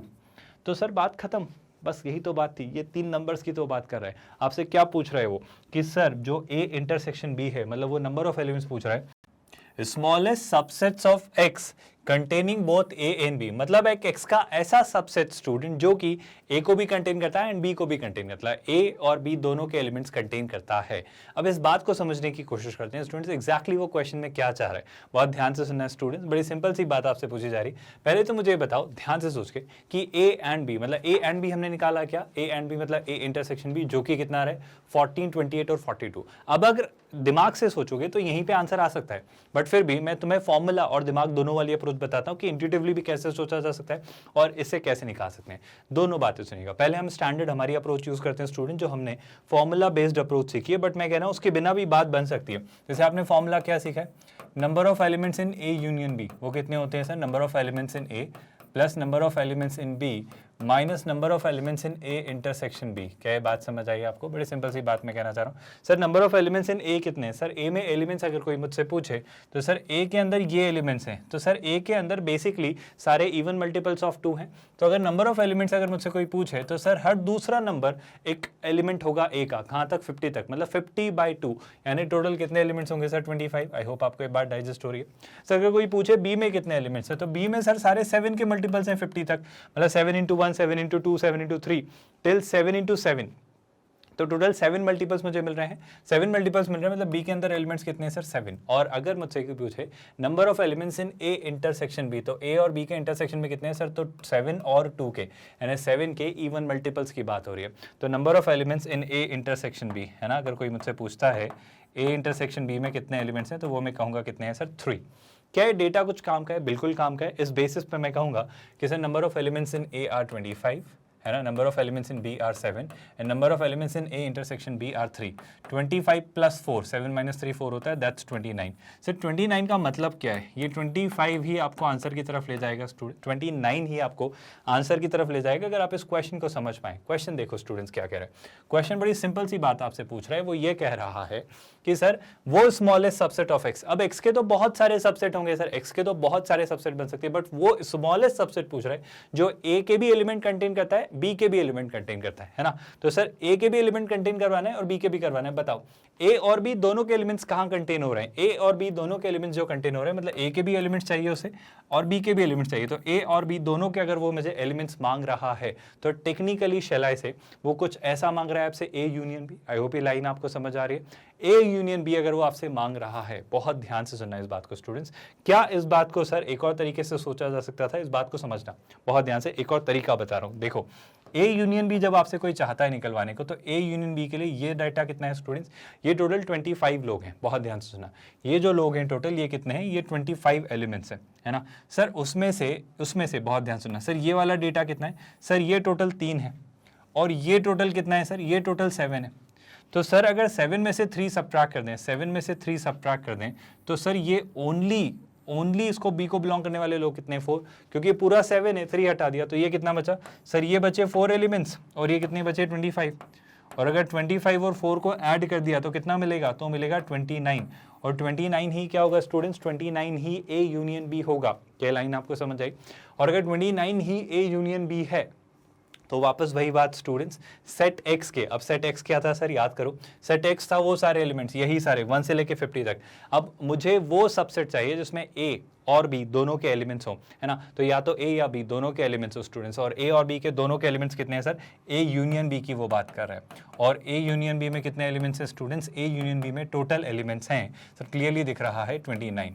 तो इस क्वेश्चन का जो आप आंसर मार्क करेंगे that will be 29। I hope आपको ये लाइन और ये क्वेश्चन और ये पॉइंट समझ आया। देखो बड़ी सिंपल सी बात थी, इस लाइन को ठीक से पढ़ो। द नंबर ऑफ एलिमेंट्स, कितने एलिमेंट्स होंगे किसमें सर? द स्मॉलेस्ट सबसेट, वो छोटे से छोटा पॉसिबल सबसेट, है ना। हम तो एक सेट की बात करते हैं जो कंटेन करता है किसको सर? ए के एलिमेंट को भी और बी के एलिमेंट को भी। तो ए के भी एलिमेंट्स चाहिए एंड बी के भी एलिमेंट्स चाहिए। तो सर ए के भी एलिमेंट्स चाहिए और बी के भी। तो सर आप एक बात का ध्यान रखना, जब आप ए और बी के एलिमेंट्स काउंट कर रहे हो तो आप ए और बी के एलिमेंट्स डबल से काउंट मत कर देना, वो जो कॉमन एलिमेंट्स है। तो सर मैं ए के एलिमेंट काउंट करता 25, सर बी के एलिमेंट काउंट करता 7, बट 25 और 7 में ये जो कॉमन एलिमेंट्स है 2 बार काउंट हो गए, तो उन्हें एक बार सब्ट्रैक्ट करना पड़ेगा। तो एक बार सब्ट्रैक्ट करने के लिए मैंने इंटरसेक्शन वाला पार्ट एक बार हटा दिया। तो जो एलिमेंट्स हैं जो या तो ए में है या बी में, वो कितने हैं? 29।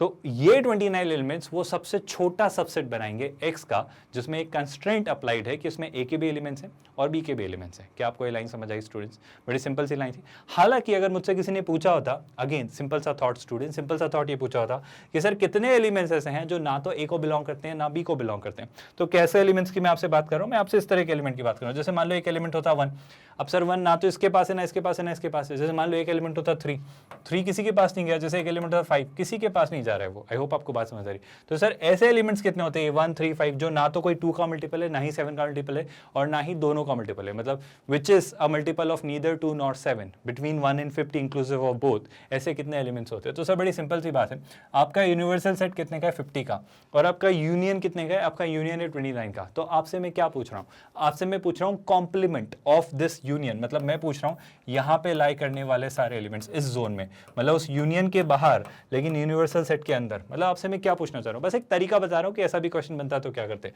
तो वो पूछ रहा है आपसे बेसिकली नथिंग बट ए और बी के यूनियन का कॉम्प्लीमेंट। जैसे आप ऐसे लिख लेते हो या फिर कैसे लिख लेते हो सर? ए यूनियन बी, इसके ऊपर या तो बार लगा देते हो या डैश लगा देते हो। और ये क्या है? ये कुछ नहीं है सर, ये number of elements in X minus, ये अलग बात है ना, ये कुछ और था, ये आपकी ये वाली कहानी है। Number of element in X minus number of elements in A union B. क्या आपको बात समझ आई स्टूडेंट्स? जो कि कितना है स्टूडेंट्स? एक्स में जो एलिमेंट्स हैं वो हैं 50 और ए यूनियन बी में कितने एलिमेंट्स है क्लास, क्लियरली 29, और 50 में से अगर 29 सब्ट्रैक्ट किया तो कितना आता है 21। तो जो ए और बी का कॉम्प्लीमेंट है, ए यूनियन बी का जो कॉम्प्लीमेंट है, यानी ए और बी के यूनियन के जो बाहर रखा हुआ हिस्सा है, वहाँ पे टोटल एलिमेंट्स कितने हैं, जो इस कैटेगरी के हैं 1 है, 3 है, 5 है, इस कैटेगरी टोटल वो नंबर्स कितने हैं, वो सर 21 नंबर्स हैं। तो 21 एलिमेंट्स ऐसे भी होंगे which belong to neither A nor B.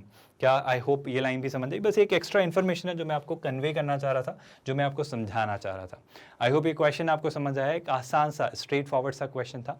With that students आगे बढ़ेंगे, नेक्स्ट क्वेश्चन हम ट्राई करेंगे, देखते हैं नेक्स्ट क्वेश्चन क्या नजर आ रहा है। क्वेश्चन नंबर 14 आपके सामने। अगेन इस क्वेश्चन को देख के घबराना मत, बहुत सारी चीजें दी गई हैं, बहुत बड़ा सा लग रहा है। AEEE 2010, ये जेईई मेंस को ही AEEE कहा जाता था, all India engineering entrance exam. So JEE mains 2010 में पूछा हुआ एक क्वेश्चन है, एक अच्छा क्वेश्चन है, आपको अच्छी क्लैरिटी देगा। सारी टर्म्स आपने सब पढ़ रखी हैं, सब कुछ आपने पढ़ा है, एक बार ट्राई जरूर करो, आपसे हो जाएगा अगर आप अच्छे से कोशिश करेंगे। नहीं भी हो तो हम साथ में इसके वीडियो को पॉज करने के बाद साथ में देखेंगे। आई होप आप खुद से इसे सॉल्व कर पा रहे हैं और आपने इसे खुद से ट्राई किया। देखते हैं वो क्या कह रहा है और क्या पूछ रहा है, उस बेसिस पे हम ऑप्शंस ढूंढेंगे।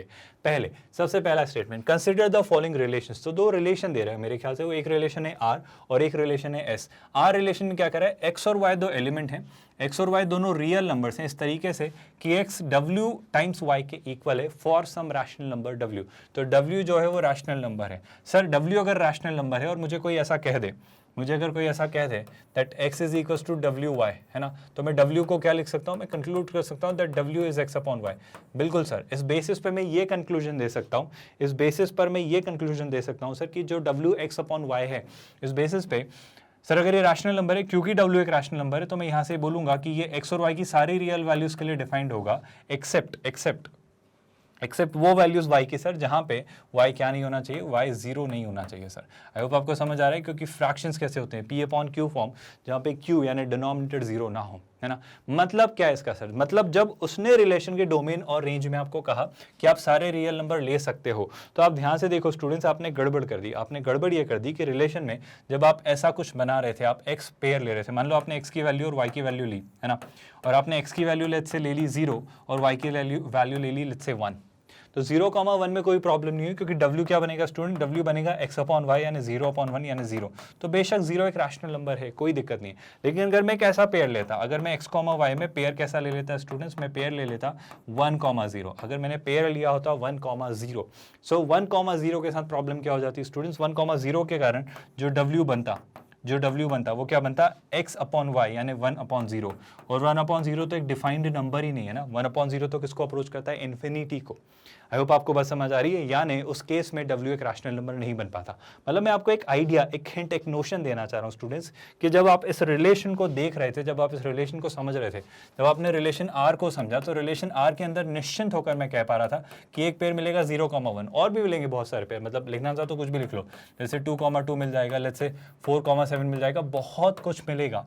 लेकिन 0,1 मिला है तो जरूरी नहीं है कि 1,0 मिले। क्या बेशक 2,2 मिल रहा है तो 2,2 मिलेगा, 4,7 मिल रहा है तो 7,4 भी मिलेगा। लेकिन सर ऐसे बहुत सारे मिलते चले जाएंगे, इनफाइनाइट नंबर ऑफ पेयर्स मिलेंगे।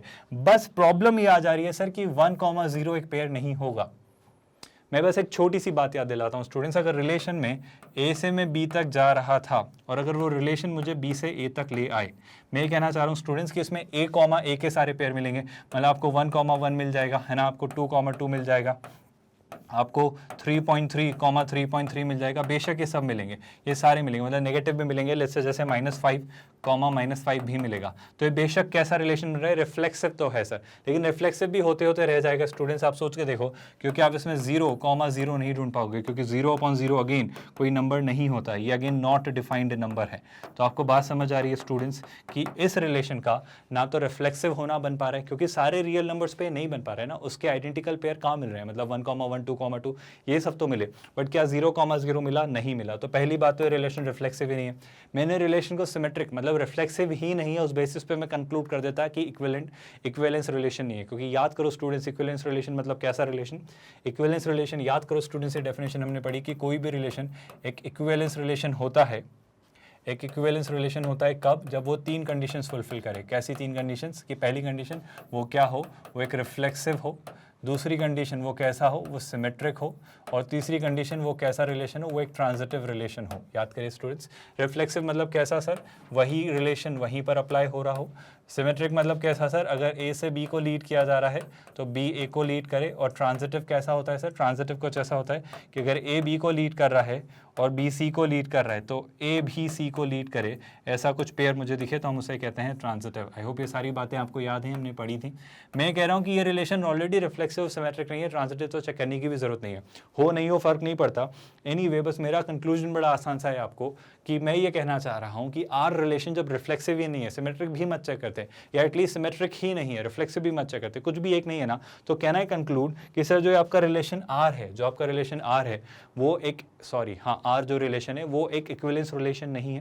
क्योंकि बात यही तो बॉइल डाउन हो रही है, वो ऑप्शन में यही तो पूछ रहे कि आर और एस इक्विवेलेंस रिलेशन है या नहीं।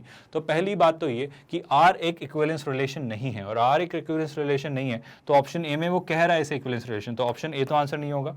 सर ऑप्शन बी आंसर हो सकता है, देख लेंगे। ऑप्शन सी एक आंसर हो सकता है क्योंकि वो कह रहा है R is not an equivalence, यहाँ भी आर इज नॉट, बट यहाँ पे ऑप्शन डी भी आंसर नहीं होगा क्योंकि उसने बोल दिया है कि आर और एस दोनों इक्विवेलेंस रिलेशन है। अब बस मुझे ये पता करना है क्या एस एक इक्विवेलेंस रिलेशन होगा। अब हमें एस को फिगर आउट करना है स्टूडेंट्स। तो एस को फिगर आउट करने से पहले एस को समझते हैं कि एस में वो दे क्या रहा है। तो बहुत ध्यान से देखना है स्टूडेंट्स एस के बारे में वो क्या कह रहा है। सर एस कुछ इस तरीके से डिफाइंड है, एस का पेयर है M upon N and P upon Q, ठीक है सर। और खास बात क्या कह दे रहा है, वो कह दे रहा है कि M N P and Q are integers, बहुत अच्छी बात है, ये इंटीजर्स है, सच दैट जो आपके एन एन क्यू है, मतलब जो आपके डिनोमिनेटर्स है वो जीरो नहीं है, बहुत खुशी की बात। और वो कह रहा है Q M is equal to P N. मैं इस डेफिनेशन को आपको फिर से समझाता हूँ, ध्यान से सुना students. M upon N and P upon Q, ये पेयर वाइज उसने लिया है। सेट एस में जो आपको एलिमेंट्स दिए वो क्या दिए हैं students, M upon N and P upon Q, तो ये पेयर वो ले रहा है। उसने और कंडीशंस डाली हैं स्टूडेंट्स, क्या क्या, कि पहली बात तो क्या कि एन और क्यू आपके जीरो नहीं है, और दूसरी बात उसने एक और खास बात कही आपसे कि sir Q M P N के इक्वल है। जो आपका क्यू एम है उसने एक और कंडीशन दी है कि क्यू एम जो आपका है वो पी एन के इक्वल है। मैं इसी से कहानी को आगे बढ़ाता हूँ, जैसे हमें दिया था x is equal to W Y, तो इसी बात पे मैं इसको समझने की कोशिश करता हूँ कि कहानी कैसे बढ़ रही होगी। बहुत ध्यान से सुना स्टूडेंट्स, अगर क्यू एम पी एन के इक्वल है ना, तो मैं काम करता हूँ, मैं n को इधर लाता हूँ, q को इधर लाता हूँ। ध्यान से देखना, मैं m को इधर लाता हूँ, p को इधर q को इधर लाता हूँ। मैं क्या कर रहा हूँ स्टूडेंट्स, n को इधर ला रहा हूँ, तो ये हो जाएगा m अपॉन n, है ना। और मैं q को उधर लेके गए तो हो जाएगा p upon q। So did you all first of all understand कि sir m upon n is equals to p upon q, m upon n is equals to p upon q। मतलब इसका मान लो ये जो एलिमेंट है, ये कौन सा एलिमेंट है स्टूडेंट्स, ये आपका डोमेन है जो पहला पेयर होता है, और दूसरा जो होता है वो क्या होता है स्टूडेंट्स, वो आपका रेंज होता है। मतलब अगर मैं रिलेशन के कॉन्टेक्स्ट से समझूं, मतलब अगर मैं एक एस रिलेशन डिफाइन कर रहा हूँ ए से बी में, है ना, जो आपका रिलेशन है वो कौन सा है, एस रिलेशन ए से बी में, तो खुशी की बात ये नजर आ रही है कि उसने खुद वो नंबर्स इस तरीके से चुने, कि आपका डोमेन का एलिमेंट आपके रेंज के एलिमेंट के इक्वल है, क्योंकि उसने कहा Q M is equal to P N, तो इनडायरेक्टली उसने आपको ये कह दिया है M upon N is equal to P upon Q, यानी डोमेन रेंज के इक्वल, यानी आपको पहली बात तो उसने तय करके दे दी है कि ए जो है वो बी के इक्वल है। इस रिलेशन में वो जो एलिमेंट्स लेगा वो आइडेंटिकल एलिमेंट्स लेगा। इस रिलेशन में जो वो एलिमेंट्स लेगा, मैंने उल्टा बोला शायद, मैं कह रहा हूँ इस रिलेशन एस में जो वो एलिमेंट्स लेगा, मतलब जो डोमेन और रेंज के जो पेयर वाइज एलिमेंट्स होंगे वो एलिमेंट्स इक्वल होंगे, वो एलिमेंट्स आइडेंटिकल होंगे। और अगर वो एलिमेंट्स आइडेंटिकल है मतलब वो पेयर्स कैसे बनेंगे, सोच के देखो स्टूडेंट्स। अगर मैं एस की मैपिंग समझूं तो एस की मैपिंग कैसी होगी, पहली बात तो क्या स्टूडेंट्स कि n और q जीरो नहीं हो रहा है, बेशक सर चलेगा, n और q जीरो नहीं हो रहा है तो m और p तो जीरो हो सकते हैं। पहली बात तो दोनों इक्वल होने चाहिए, तो मैं वैल्यूज कैसे लूंगा जहां पे दोनों इक्वल हो, मतलब 0,0 एक पेयर बन जाएगा स्टूडेंट्स। फिर क्या बन सकता है, कुछ भी बन सकता है, मतलब लेट्स से 1/2, 1/2 बन जाएगा। लेट्स से फिर क्या बन सकता है सर, लेट्स से 7,7 बन जाएगा। लेट्स से वहाँ पे क्या बन सकता है, लेट्स से -5.2, -5.2 बन जाएगा। ऐसे सारे पेयर्स बनेंगे, लेकिन ये कैसे पेयर्स बनेंगे, ये सब आइडेंटिकल पेयर बनेंगे स्टूडेंट्स, और कोई भी नंबर बॉदर नहीं करेगा। अब आप एक बात सोचो स्टूडेंट्स, मुझे ज़्यादा चेक करने की ज़रूरत ही नहीं है, इसमें जितने भी सारे एलिमेंट्स हैं वो आइडेंटिकल ही हैं, मतलब डेफिनेटली एक ऐसा रिलेशन है सर, बिना सोचे समझे मैं कह ही सकता हूँ कि एक रिफ्लेक्सिव रिलेशन है, और ये प्योरली रिफ्लेक्सिव रिलेशन है। मतलब इसमें सिर्फ सारे एलिमेंट्स कैसे हैं, 0, 0, 1/2, 1/2, 7,7, मतलब सारे एलिमेंट्स आइडेंटिकल है। मतलब इसको बहुत स्पेसिफिकली डिफाइन करो ना, तो जो रिलेशन ऐसे आपका वो कुछ ऐसा डिफाइंड है ए से ए में, मतलब वो कुछ ऐसा ही डिफाइंड है, बस उसमें हर एलिमेंट की वही आइडेंटिकल कॉपी रिपीट हो रही है। तो पहली बात तो मैं कंक्लूड कर पा रहा हूँ कि सर बेशक ये कैसा रिलेशन है, ये एक रिफ्लेक्सिव रिलेशन तो हुआ। सर क्या ये सिमेट्रिक होगा, बिल्कुल होगा सर। अगर ए को लीड कर रहा है तो ए को लीड करेगा ही ना, आप बात समझ पा रहे हो? जैसे हम क्या लिखते थे, ए बी को लीड करता है तो बी ए को लीड करता है, तो इसमें तो सिर्फ ए ही है ना, मतलब वही एलिमेंट उसी को लीड कर रहा है। तो ये एलिमेंट अगर मैं आपको थोड़ी देर समझाने के लिए कहूँ कि जैसे मान लो ये है आपका x और ये है आपका y, तो हाँ सर यहाँ पे y आपका x को लीड कर रहा है, मतलब अगर x y को लीड कर रहा है तो y x को लीड कर रहा है, क्योंकि फॉर्चुनेटली यहाँ पे क्या सिनेरियो है कि x और y इक्वल है। तो बेशक सर, और इसमें ऐसे ही पेयर है बस, इसमें आइडेंटिकल पेयर्स ही हैं बस। क्योंकि आइडेंटिकल पेयर इसलिए है स्टूडेंट्स, क्योंकि ये कंडीशन हमारी फुलफिल हो रही है कि m/n p/q के इक्वल है, क्योंकि ऐसा उसने खुद लिख कर दिया इनडायरेक्टली इस क्वेश्चन में। मतलब ये सारे आइडेंटिकल पेयर्स ही कैरी करते हैं, और अगर ये सारे आइडेंटिकल पेयर्स ही कैरी करता है, मतलब मैं कंक्लूड करूंगा कि ये रिलेशन एक सिमेट्रिक रिलेशन भी है स्टूडेंट्स, मतलब ये रिलेशन एक सिमेट्रिक रिलेशन भी हुआ। आई होप आपको ये लाइन समझ आई कि रिलेशन एक सिमेट्रिक रिलेशन क्यों है। बहुत सिंपल सी लाइन है, सिंपल सी बात है। सर क्या रिलेशन ट्रांजिटिव भी है, जरा सोच के देखिए स्टूडेंट्स। सर ट्रांजिटिव का मतलब क्या होता है? सर ट्रांजिटिव कुछ ऐसा होता है कि अगर x y को लीड करे और y z को लीड करे, तो सर x को भी z को लीड करना चाहिए। अब सोच के देखना स्टूडेंट्स, अगर a को लीड कर रहा है, मतलब आप समझो मैं जो कहना चाह रहा हूँ कि अगर x y को लीड कर रहा है और a को लीड कर रहा है, मतलब अगर मैं a को y कह दूँ और a को z कह दूँ, तो हाँ बेशक सर a को लीड कर रहा है तो x y को लीड कर रहा है, y z को लीड कर रहा है, तो बेशक सर x z को भी तो लीड करेगा। मतलब a को लीड कर रहा है। मैं आपको डेफिनेशन जो समझाना चाह रहा हूँ वो ये समझाना चाह रहा हूँ स्टूडेंट्स, बड़ी सिंपल सी, बड़ी आसान सी बात कि अगर ये और ये है तो हम ये तो कंक्लूड कर ही पा रहे हैं। सर चूंकि वो प्योरली रिफ्लेक्सिव है, मतलब उसमें सिर्फ और सिर्फ रिफ्लेक्सिव सारे एलिमेंट्स, मतलब 1, 1, 2, 2, 3, 3, -3.3, -3.3 सब ऐसे ही एलिमेंट्स हैं, तो वो ट्रांजिटिव और सिमेट्रिक तो होगा ही होगा ना, मतलब उसका ट्रांजिटिव और सिमेट्रिक होना तो तय ही है। मतलब मैं कहूँगा चूंकि वो प्योरली रिफ्लेक्सिव है, उसमें कुछ और एलिमेंट्स है ही नहीं आइडेंटिकल एलिमेंट्स के अलावा, तो सिमेट्रिक भी होगा और वो ट्रांजिटिव भी होगा। आई होप आपको ये बात डाइजेस्ट हो रही है और यहाँ तक कोई कंफ्यूजन नहीं है।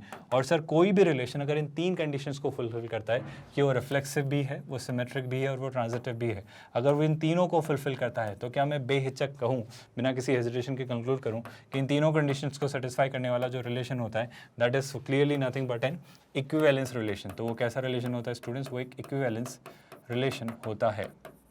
और अगर हमारा S हमने प्रूव किया एक इक्विवेलेंस रिलेशन है, तो क्या आप मुझे बता सकते हो आप कौन सा ऑप्शन मार्क करोगे स्टूडेंट्स? S एक इक्विवेलेंस है लेकिन ऑब्वियसली R नहीं है ना, तो सर R तो नहीं था बट S है। और अगर S एक इक्विवेलेंस रिलेशन है where R was not an equivalence relation, तो मैं मार्क करूंगा option C over option B. Did you all understand? Preferably हम ऑप्शन सी को क्यों मार्क करेंगे?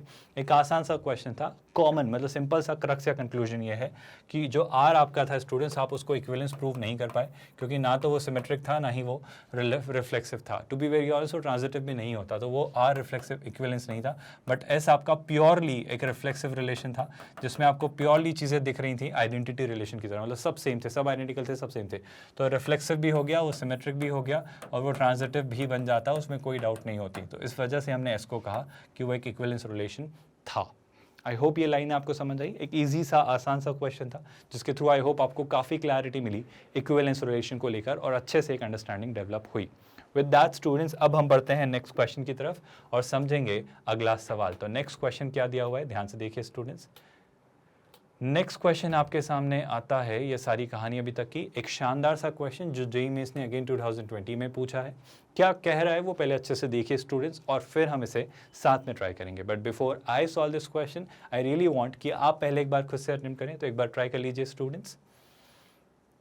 देखो अगेन रिलेशन पर बेस्ड क्वेश्चन है, अभी तक हमने सेट थ्योरी पर बेस्ड क्वेश्चंस किए, अभी हम रिलेशन कर रहे हैं और जो नेक्स्ट लेक्चर आपका आएगा उसमें हम डेफिनेटली फंक्शंस पर जेईई मेंस के क्वेश्चंस करेंगे, फिर ग्रेजुअली हम जेईई एडवांस लेवल के क्वेश्चंस करेंगे सेम ऑर्डर में, सेट्स, रिलेशन और फंक्शंस के। तो काफ़ी सारी चीज़ें आने वाली हैं जेईई मेंस और एडवांस के परस्पेक्टिव से। पहले इस क्वेश्चन को देखते हैं, वो क्या कह रहा है सर?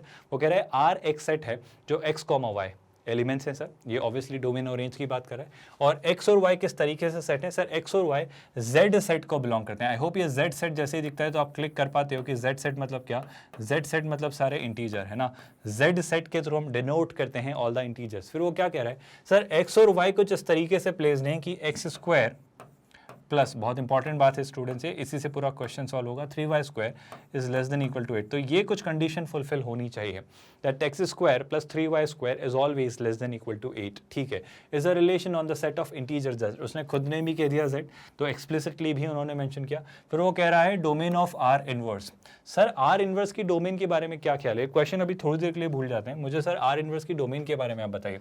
क्या आपको याद है स्टूडेंट्स, अगर कोई रिलेशन लिखा हुआ है और उसके अंदर कुछ पेयर्स हैं ना, कुछ पेयर्स आपके पास लिखे हुए हैं, ऐसे कुछ पेयर्स आप x और y के बना पा रहे हो है ना, बट मेरा ये कहना है कि अगर ये एक रिलेशन आर है जिसमें लेट्स से एलिमेंट्स निकल के आते हैं, मान लो कुछ एलिमेंट्स ऐसे आते हैं, ये लिखा होता है let's say A comma B, ये लिखा होता है let's say C comma D, ये लिखा होता है ई कॉमा एफ, तो आप आर इनवर्स कैसे लिखते हो? याद आ रहा है स्टूडेंट्स, हमने आर इनवर्स लिखना सीखा है। सर आर इनवर्स में भी यही 3 पेयर्स होंगे, पहली बात तो यही 3 पेयर्स होंगे, बस कुछ नहीं करना है सर, इसको इन्वर्ट कर देना है। इसको इन्वर्ट कर देने का क्या मतलब होता है स्टूडेंट्स, याद करो, जो आपका यहाँ पे रेंज हुआ करती थी वो रेंज क्या बन जाएंगी स्टूडेंट्स, अब डोमेन। आर इनवर्स के लिए जो बी हुआ करती थी आपकी रेंज, जो डी हुआ करती थी आपकी रेंज, और जो एफ हुआ करती थी आपकी रेंज, वो आर इनवर्स में क्या बन जाएगी, डोमेन। और जो आपकी डोमेन हुआ करती थी जैसे ए, तो ए क्या हो जाएगी स्टूडेंट्स, रेंज, यहाँ से सी क्या हो जाएगी आपकी रेंज, और यहाँ से जो ई डोमेन हुआ करती थी वो ई क्या बन जाएगी आपकी रेंज आर इनवर्स की। मतलब सर अगर इनडायरेक्टली वो मुझसे पूछना चाह रहा है कि आप आर इनवर्स का डोमेन बताओ, वो आपसे पूछना चाह रहा है आर इनवर्स का डोमेन, तो इसी बात को क्या मैं ऐसा कह सकता हूँ कि सर जो आर इनवर्स की डोमेन है, जो है डोमेन ऑफ आर इनवर्स, मैं ऐसे लिख देता हूँ, डोमेन ऑफ आर इनवर्स, वही सर कुछ नहीं होगा, वो होगा रेंज ऑफ आर। क्या आपको बात समझ आ रही है? और रेंज ऑफ आर मतलब क्या, आर एक रिलेशन है जो एक्स से वाई में डिफाइंड है ना, तो रेंज क्या, रेंज मतलब वो किसकी वैल्यू पूछना चाह रहा है आपसे, वाई की वैल्यू, तो वो y की सारी पॉसिबल वैल्यूज पूछना चाह रहा है। आई होप आपको एक क्वेश्चन क्लियर हुआ। अब क्वेश्चन क्या है सर कि y क्या क्या वैल्यूज जनरेट या अटेन कर सकता है। अब रिलेशन क्या है, X square plus 3y² is less than equal to 8। अब इसे हम सॉल्व करेंगे, X square plus 3y² is less than equal to 8, तो y की क्या क्या पॉसिबल वैल्यूज जनरेट हो सकती है, इस पे सवाल है। इसको सॉल्व करने से पहले क्या मैं इसको थोड़ा सिंप्लीफाई कर सकता हूँ, मैं एक्स स्क्वायर को उधर लेके जाता हूँ, तो मैं ऐसा लिख सकता हूँ क्या, 3y² will be less than equal to 8 minus X square. इसे थोड़ा और सिंप्लीफाई किया तो क्या मैं ऐसा लिख सकता हूँ that y² is equal to 8, I am really sorry, equal to नहीं होगा स्टूडेंट्स, ये इनइक्वालिटी है, तो y² इज लेस देन, क्योंकि 3 एक पॉजिटिव वैल्यू है तो साइन पर कोई इंपैक्ट नहीं पड़ेगा, तो y² is less then 8 minus X square upon 3। तो ये आपका रिलेशन ऐसा कुछ दिख रहा है। मैंने y के टर्म में क्यों एक्सप्रेस किया, क्योंकि मैं फाइनली y की वैल्यू में इंटरेस्टेड हूँ। अब सुनिएगा क्लास बहुत ध्यान से, अब चाहें तो अंडर रूट भी ले लें, कोई फर्क नहीं पड़ रहा है, बट मैं ये कह रहा हूँ मुझे y की वो सारी वैल्यूज चाहिए, मतलब मैं x की टू बी वेरी ऑनेस्ट ऐसी वैल्यूज लूंगा जिससे उसका स्क्वायर करने पर 8 में से सब्ट्रैक्ट करने पर और 3 से डिवाइड करने पर, मतलब x की वैल्यू लेंगे, उसी की करस्पॉन्डिंग पॉजिटिव वैल्यू लें या नेगेटिव, जैसे अगर x की वैल्यू में -1 लूँ या +1, उसका स्क्वायर तो उसे पॉजिटिव भी बना देगा, तो उसकी करस्पॉन्डिंग पॉजिटिव और नेगेटिव दोनों वैल्यूज एक्सेप्टेबल होंगी। जब उसको 8 में से सब्ट्रैक्ट करके 3 से डिवाइड करेंगे तो वो डेफिनेटली क्या होनी चाहिए स्टूडेंट्स, वो डेफिनेटली एक परफेक्ट स्क्वायर होनी चाहिए, क्योंकि आप क्या ढूंढ रहे हो, आप इंटीजर ढूंढ रहे हो। तो मैं x और y दोनों की कैसी वैल्यूज रखूंगा students, integral values. Integral value क्यों रखेंगे स्टूडेंट्स, क्योंकि x और y जो दोनों हैं वो किसको बिलोंग करते हैं, वो इंटीजर के सेट को बिलोंग करते हैं। तो मैं x की अलग अलग इंटीग्रल वैल्यूज ट्राई करता हूँ, देखता हूँ क्या मैं y की इंटीग्रल वैल्यूज जनरेट कर पा रहा हूँ। आई होप आपको ये बात समझ आ रही है।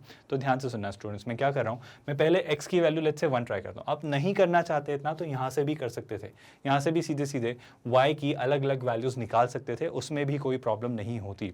आई होप ये बात भी आपको समझ आ रही है। तो हमें ट्राई करना है x और y की अलग अलग इंटीग्रल वैल्यूज। ध्यान से सुनिएगा, मैं एक एक करके ट्राई करूंगा। पहले मैं चाह रहा हूँ कि अगर मैं ट्राई करूँ उससे पहले एक बार आप ट्राई करिए स्टूडेंट्स, एक बार देखो जरा कि क्या मैं x की अलग अलग वैल्यूज रख के यहाँ पे इस ऑपरेशन को परफॉर्म करके y की अलग अलग वैल्यूज निकाल सकता हूँ। देखो काफी हद तक हमने सॉल्व किया, बस अब आपको x की अलग अलग इंटीग्रल वैल्यूज रखनी है और y की अलग अलग वैल्यूज निकालनी है। टू बी वेरी ऑनेस्ट, आप चाहो तो ऑप्शंस की भी हेल्प ले सकते हो, क्योंकि हिट एंड ट्रायल मेथड तो हमेशा ही ना। आई hope you understand hit and trial का मतलब क्या, कि ठीक है सर क्वेश्चन आधा हमने हमारी अप्रोच, हमारी अंडरस्टैंडिंग से सॉल्व किया, बचा हुआ क्वेश्चन हम ऑप्शंस के थ्रू ट्राई करेंगे। तो मैं चाह रहा हूँ एक बार यहाँ से आप खुद से ट्राई करिए, खुद से एक बार देखिए, फिर हम आगे बढ़ेंगे। Give it a try students. I hope आपको दोनों तरीके समझ आ रहे हैं जो मैं कहना चाह रहा हूँ कि ऑप्शंस के थ्रू कैसे सोच सकते हैं। बहुत ध्यान से सोचिए स्टूडेंट्स। इस वाले एक्सप्रेशन को ध्यान से देखो, यहाँ पे क्या लिख रहा है, x square plus 3y² is less than equal to 8। तो एक काम करते हैं, मैं यहाँ पर कुछ वैल्यूज ट्राई करता हूँ। देखो ऑप्शंस में मुझे जो नजर आ रहा है वो क्या नजर आ रहा है, सर y जो है वो 0 और 1 और 2 के आसपास घूम रहा है, क्योंकि ऑब्वियसली इसकी करस्पॉन्डिंग नेगेटिव वैल्यू भी एक्सेप्टेबल होगी। क्योंकि मान के देखो अगर y की 2 वैल्यू अगर एक्सेप्टेबल होती तो -2 भी तो एक्सेप्टेबल होगी। क्यों होगा सर ऐसा, क्योंकि आप अगर 2 रख रहे हो तो फिर -2 भी होगा, क्योंकि अगर 2 का स्क्वायर इसे एक्सेप्ट कर दे रहा है 4, तो -2 का भी होगा। तो देख लेते हैं ऑप्शंस में जो मुझे दे रहा है, मुझे या तो -1 0 1 दिख रहा है, या देखो एक बात समझो, 1 है तो -1 भी होना चाहिए। आपको बात समझ आ रही है, क्योंकि ये y² है। तो उस बेसिस पे मैं कह रहा था कि ऑप्शन है तो गलत है।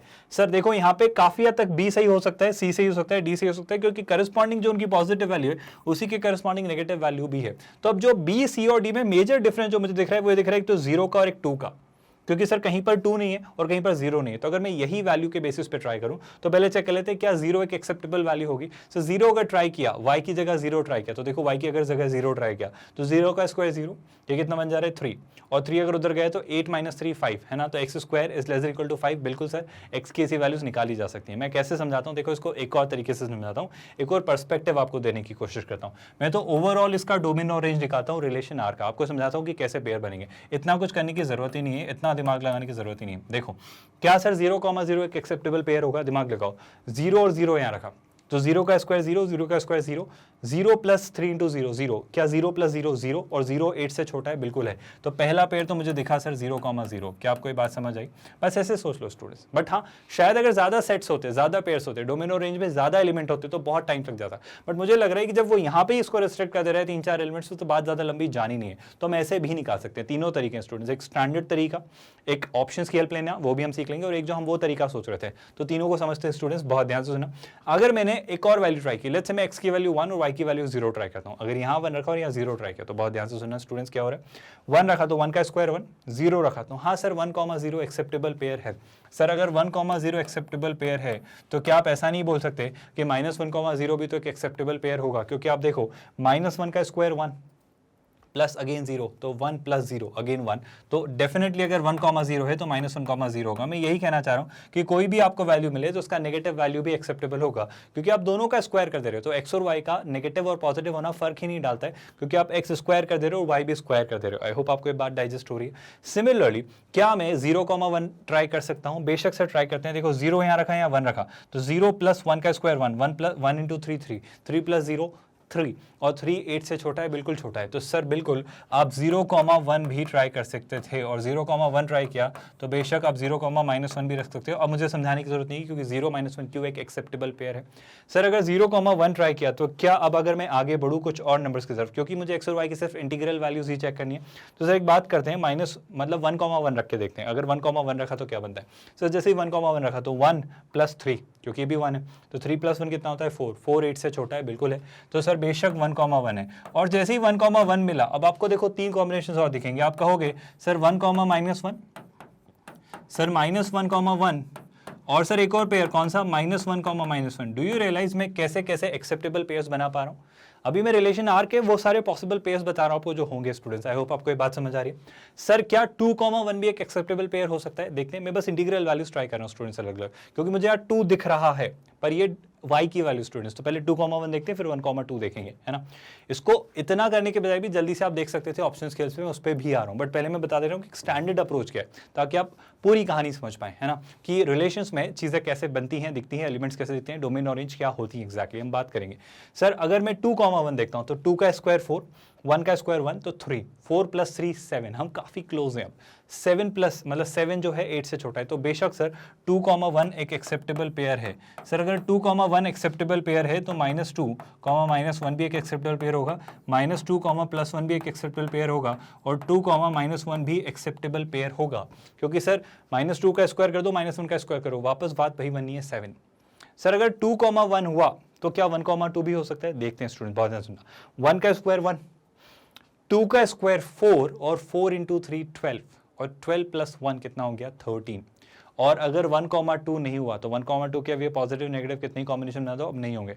और अब मुझे रियलाइज हो गया कि अब यहाँ y का स्क्वायर 3 से मल्टीप्लाई होते ही 8 के बियॉन्ड चला जाता है, तो उसमें कुछ भी ऐड करेंगे, इवन 0 भी होता। मतलब अगर आपको लग रहा है सर 0,2 हो सकता था क्या, देख लो, जैसे ही 2 का स्क्वायर किया, तो 2 का स्क्वायर कितना हो गया 4, और 4 इंटू 3 12, अब 12 में 0 भी ऐड किया, क्योंकि ये स्क्वायर है तो पॉजिटिव वैल्यू ही होने वाली, मिनिमम 0 होगा, तो वो डेफिनेटली 8 के बियॉन्ड ही जाने वाला है। तो मैं कहना चाह रहा हूँ कि अब इसके अलावा आप और पेयर्स नहीं निकाल सकते थे। अब बेशक इसके अलावा 0, अगर 1 निकालना चाहें वो हम रख चुके हैं, 0,2 तक बात जा नहीं रही है, 1,0 भी हम ट्राई कर चुके, तो आई होप हमने सारे पेयर्स ट्राई किए। तो ये आपका रिलेशन आर के सारे एक्सेप्टेबल पेयर्स हैं।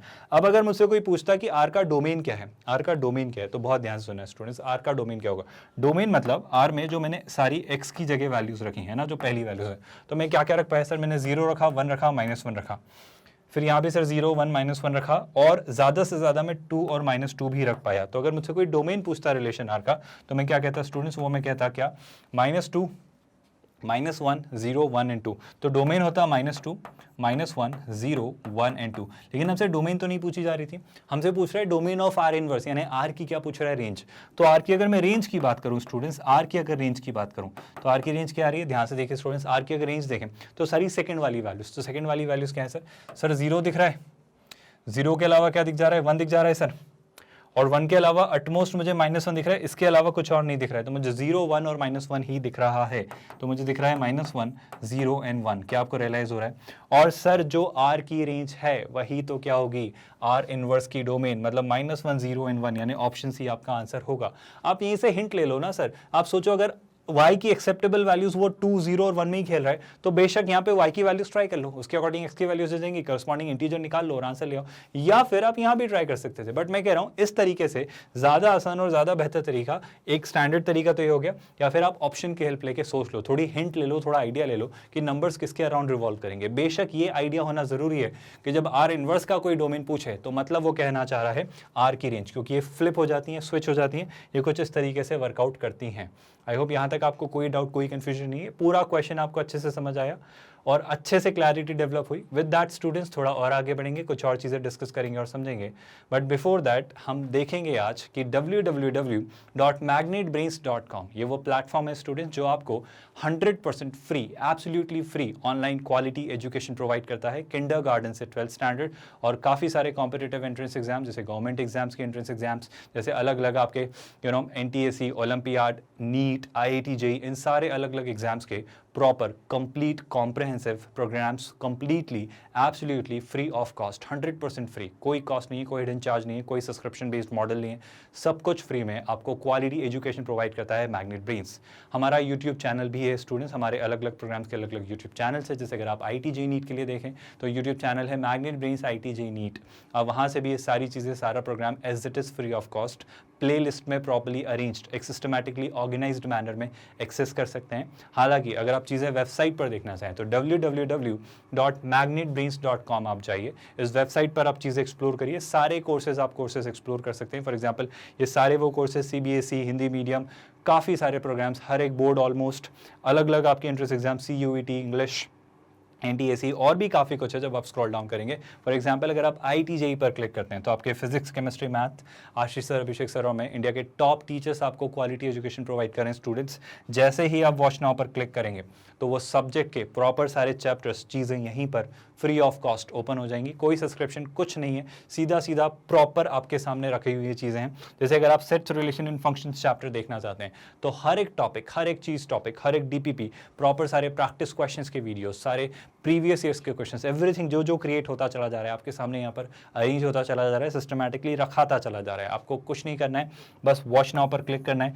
यहाँ पर आप अपनी प्रोग्रेस को ट्रैक कर सकते हो। मतलब आई वुड प्रेफर कि वेबसाइट पर अगर आप चीज़ें एक्सेस करेंगे, इस प्लेटफॉर्म पर चीज़ें एक्सेस करेंगे तो आप और ईजिली अच्छे से देख पाएंगे चीज़ें, आप चीज़ें समझ पाएंगे और आप आसानी से चीज़ों को वर्कआउट कर पाएंगे, क्योंकि यहाँ पे आप अपनी परफॉर्मेंस देख पाओगे कि मैंने इतना पढ़ लिया, अब ये लेक्चर देखना है, अब ये DPP सॉल्व करनी है, तो बहुत अच्छे से चीज़ें रखी गई हैं। अपार्ट फ्रॉम दैट, यहीं पर आप थोड़ा नीचे जाएंगे तो यहाँ पर आपको आस्क मी और डाउट लिंक भी दिखाई देगा, जिस पर आप क्लिक करके आपके सारे डाउट्स हमें फॉरवर्ड कर सकते हैं स्टूडेंट्स। और सेम यहाँ पर यूट्यूब चैनल का भी लिंक दिया हुआ है, तो वहाँ पर भी आप जाकर चीज़ें देख सकते हैं प्रॉपर्ली अरेंज सिस्टमैटिक मैनर में। अपार्ट फ्रॉम दैट स्टूडेंट्स, ये 100% फ्री ऑनलाइन एजुकेशन प्लेटफॉर्म है, जिसे हम चाहते हैं, आई होप आप जब जैसे ही वॉच नाउ पर क्लिक करेंगे आपका फुल स्क्रीन मोड में लेक्चर यहीं ओपन हो जाएगा। यही चीज़ें सेम की सेम यूट्यूब पर भी रेप्लिकेट होती हैं, वहाँ भी आप इसे देख सकते हैं।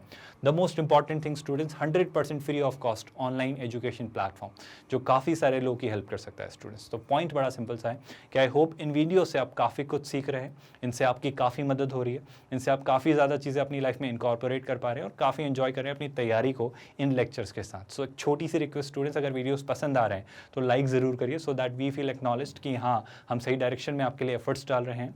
अलॉन्ग विद दैट स्टूडेंट्स, जो भी क्वेरीज, कंसर्न्स हो, जो भी जेनरिक से प्रॉब्लम्स हो, आप कमेंट में लिख के भेज सकते हैं। कुछ न्यूमेरिकल्स हैं, कुछ एप्लीकेशन है, तो आस्क मी और डाउट लिंक पर क्लिक करके आप फॉरवर्ड कर सकते हैं। इस वीडियो के डिस्क्रिप्शन में आपको लिंक मिल जाएगा। Apart from that student, something very important, very crucial, कि चैनल पर होने वाली हर नई एक्टिविटी से अगर आपको अपडेटेड रहना है, अगर आपको पता चाहिए कि सर ये कुछ रिलीज़ हुआ है, ये चल रहा है, ये चल रहा है, हर चीज़ से आप नोटिफाइड रहें, तो चैनल को सब्सक्राइब जरूर करके रखें, ताकि ताकि हर एक चीज़ को लेकर आप अपराइज्ड रहें, हर चीज़ आपको पता हो और हर चीज़ से आप अपडेटेड रहें। अलॉन्ग विद दैट स्टूडेंट्स, क्योंकि एक 100% free quality online education platform है जो आपको पूरा IIT JEE program free of cost access करने को देता है, बिना कोई सब्सक्रिप्शन, बिना कोई पेड मॉडल के।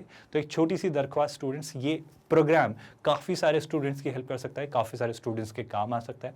तो प्लीज़ हमारी मदद करिए इसे ज़्यादा से ज़्यादा लोगों तक पहुंचाने में और उनसे शेयर करने में, ताकि वो भी इन वीडियोस और इस चैनल के थ्रू बेनिफिट हो सकें और ज़्यादा से ज़्यादा इस चीज़ का फ़ायदा उठा पाएँ। With that students, we are calling it a day. Thank you so much.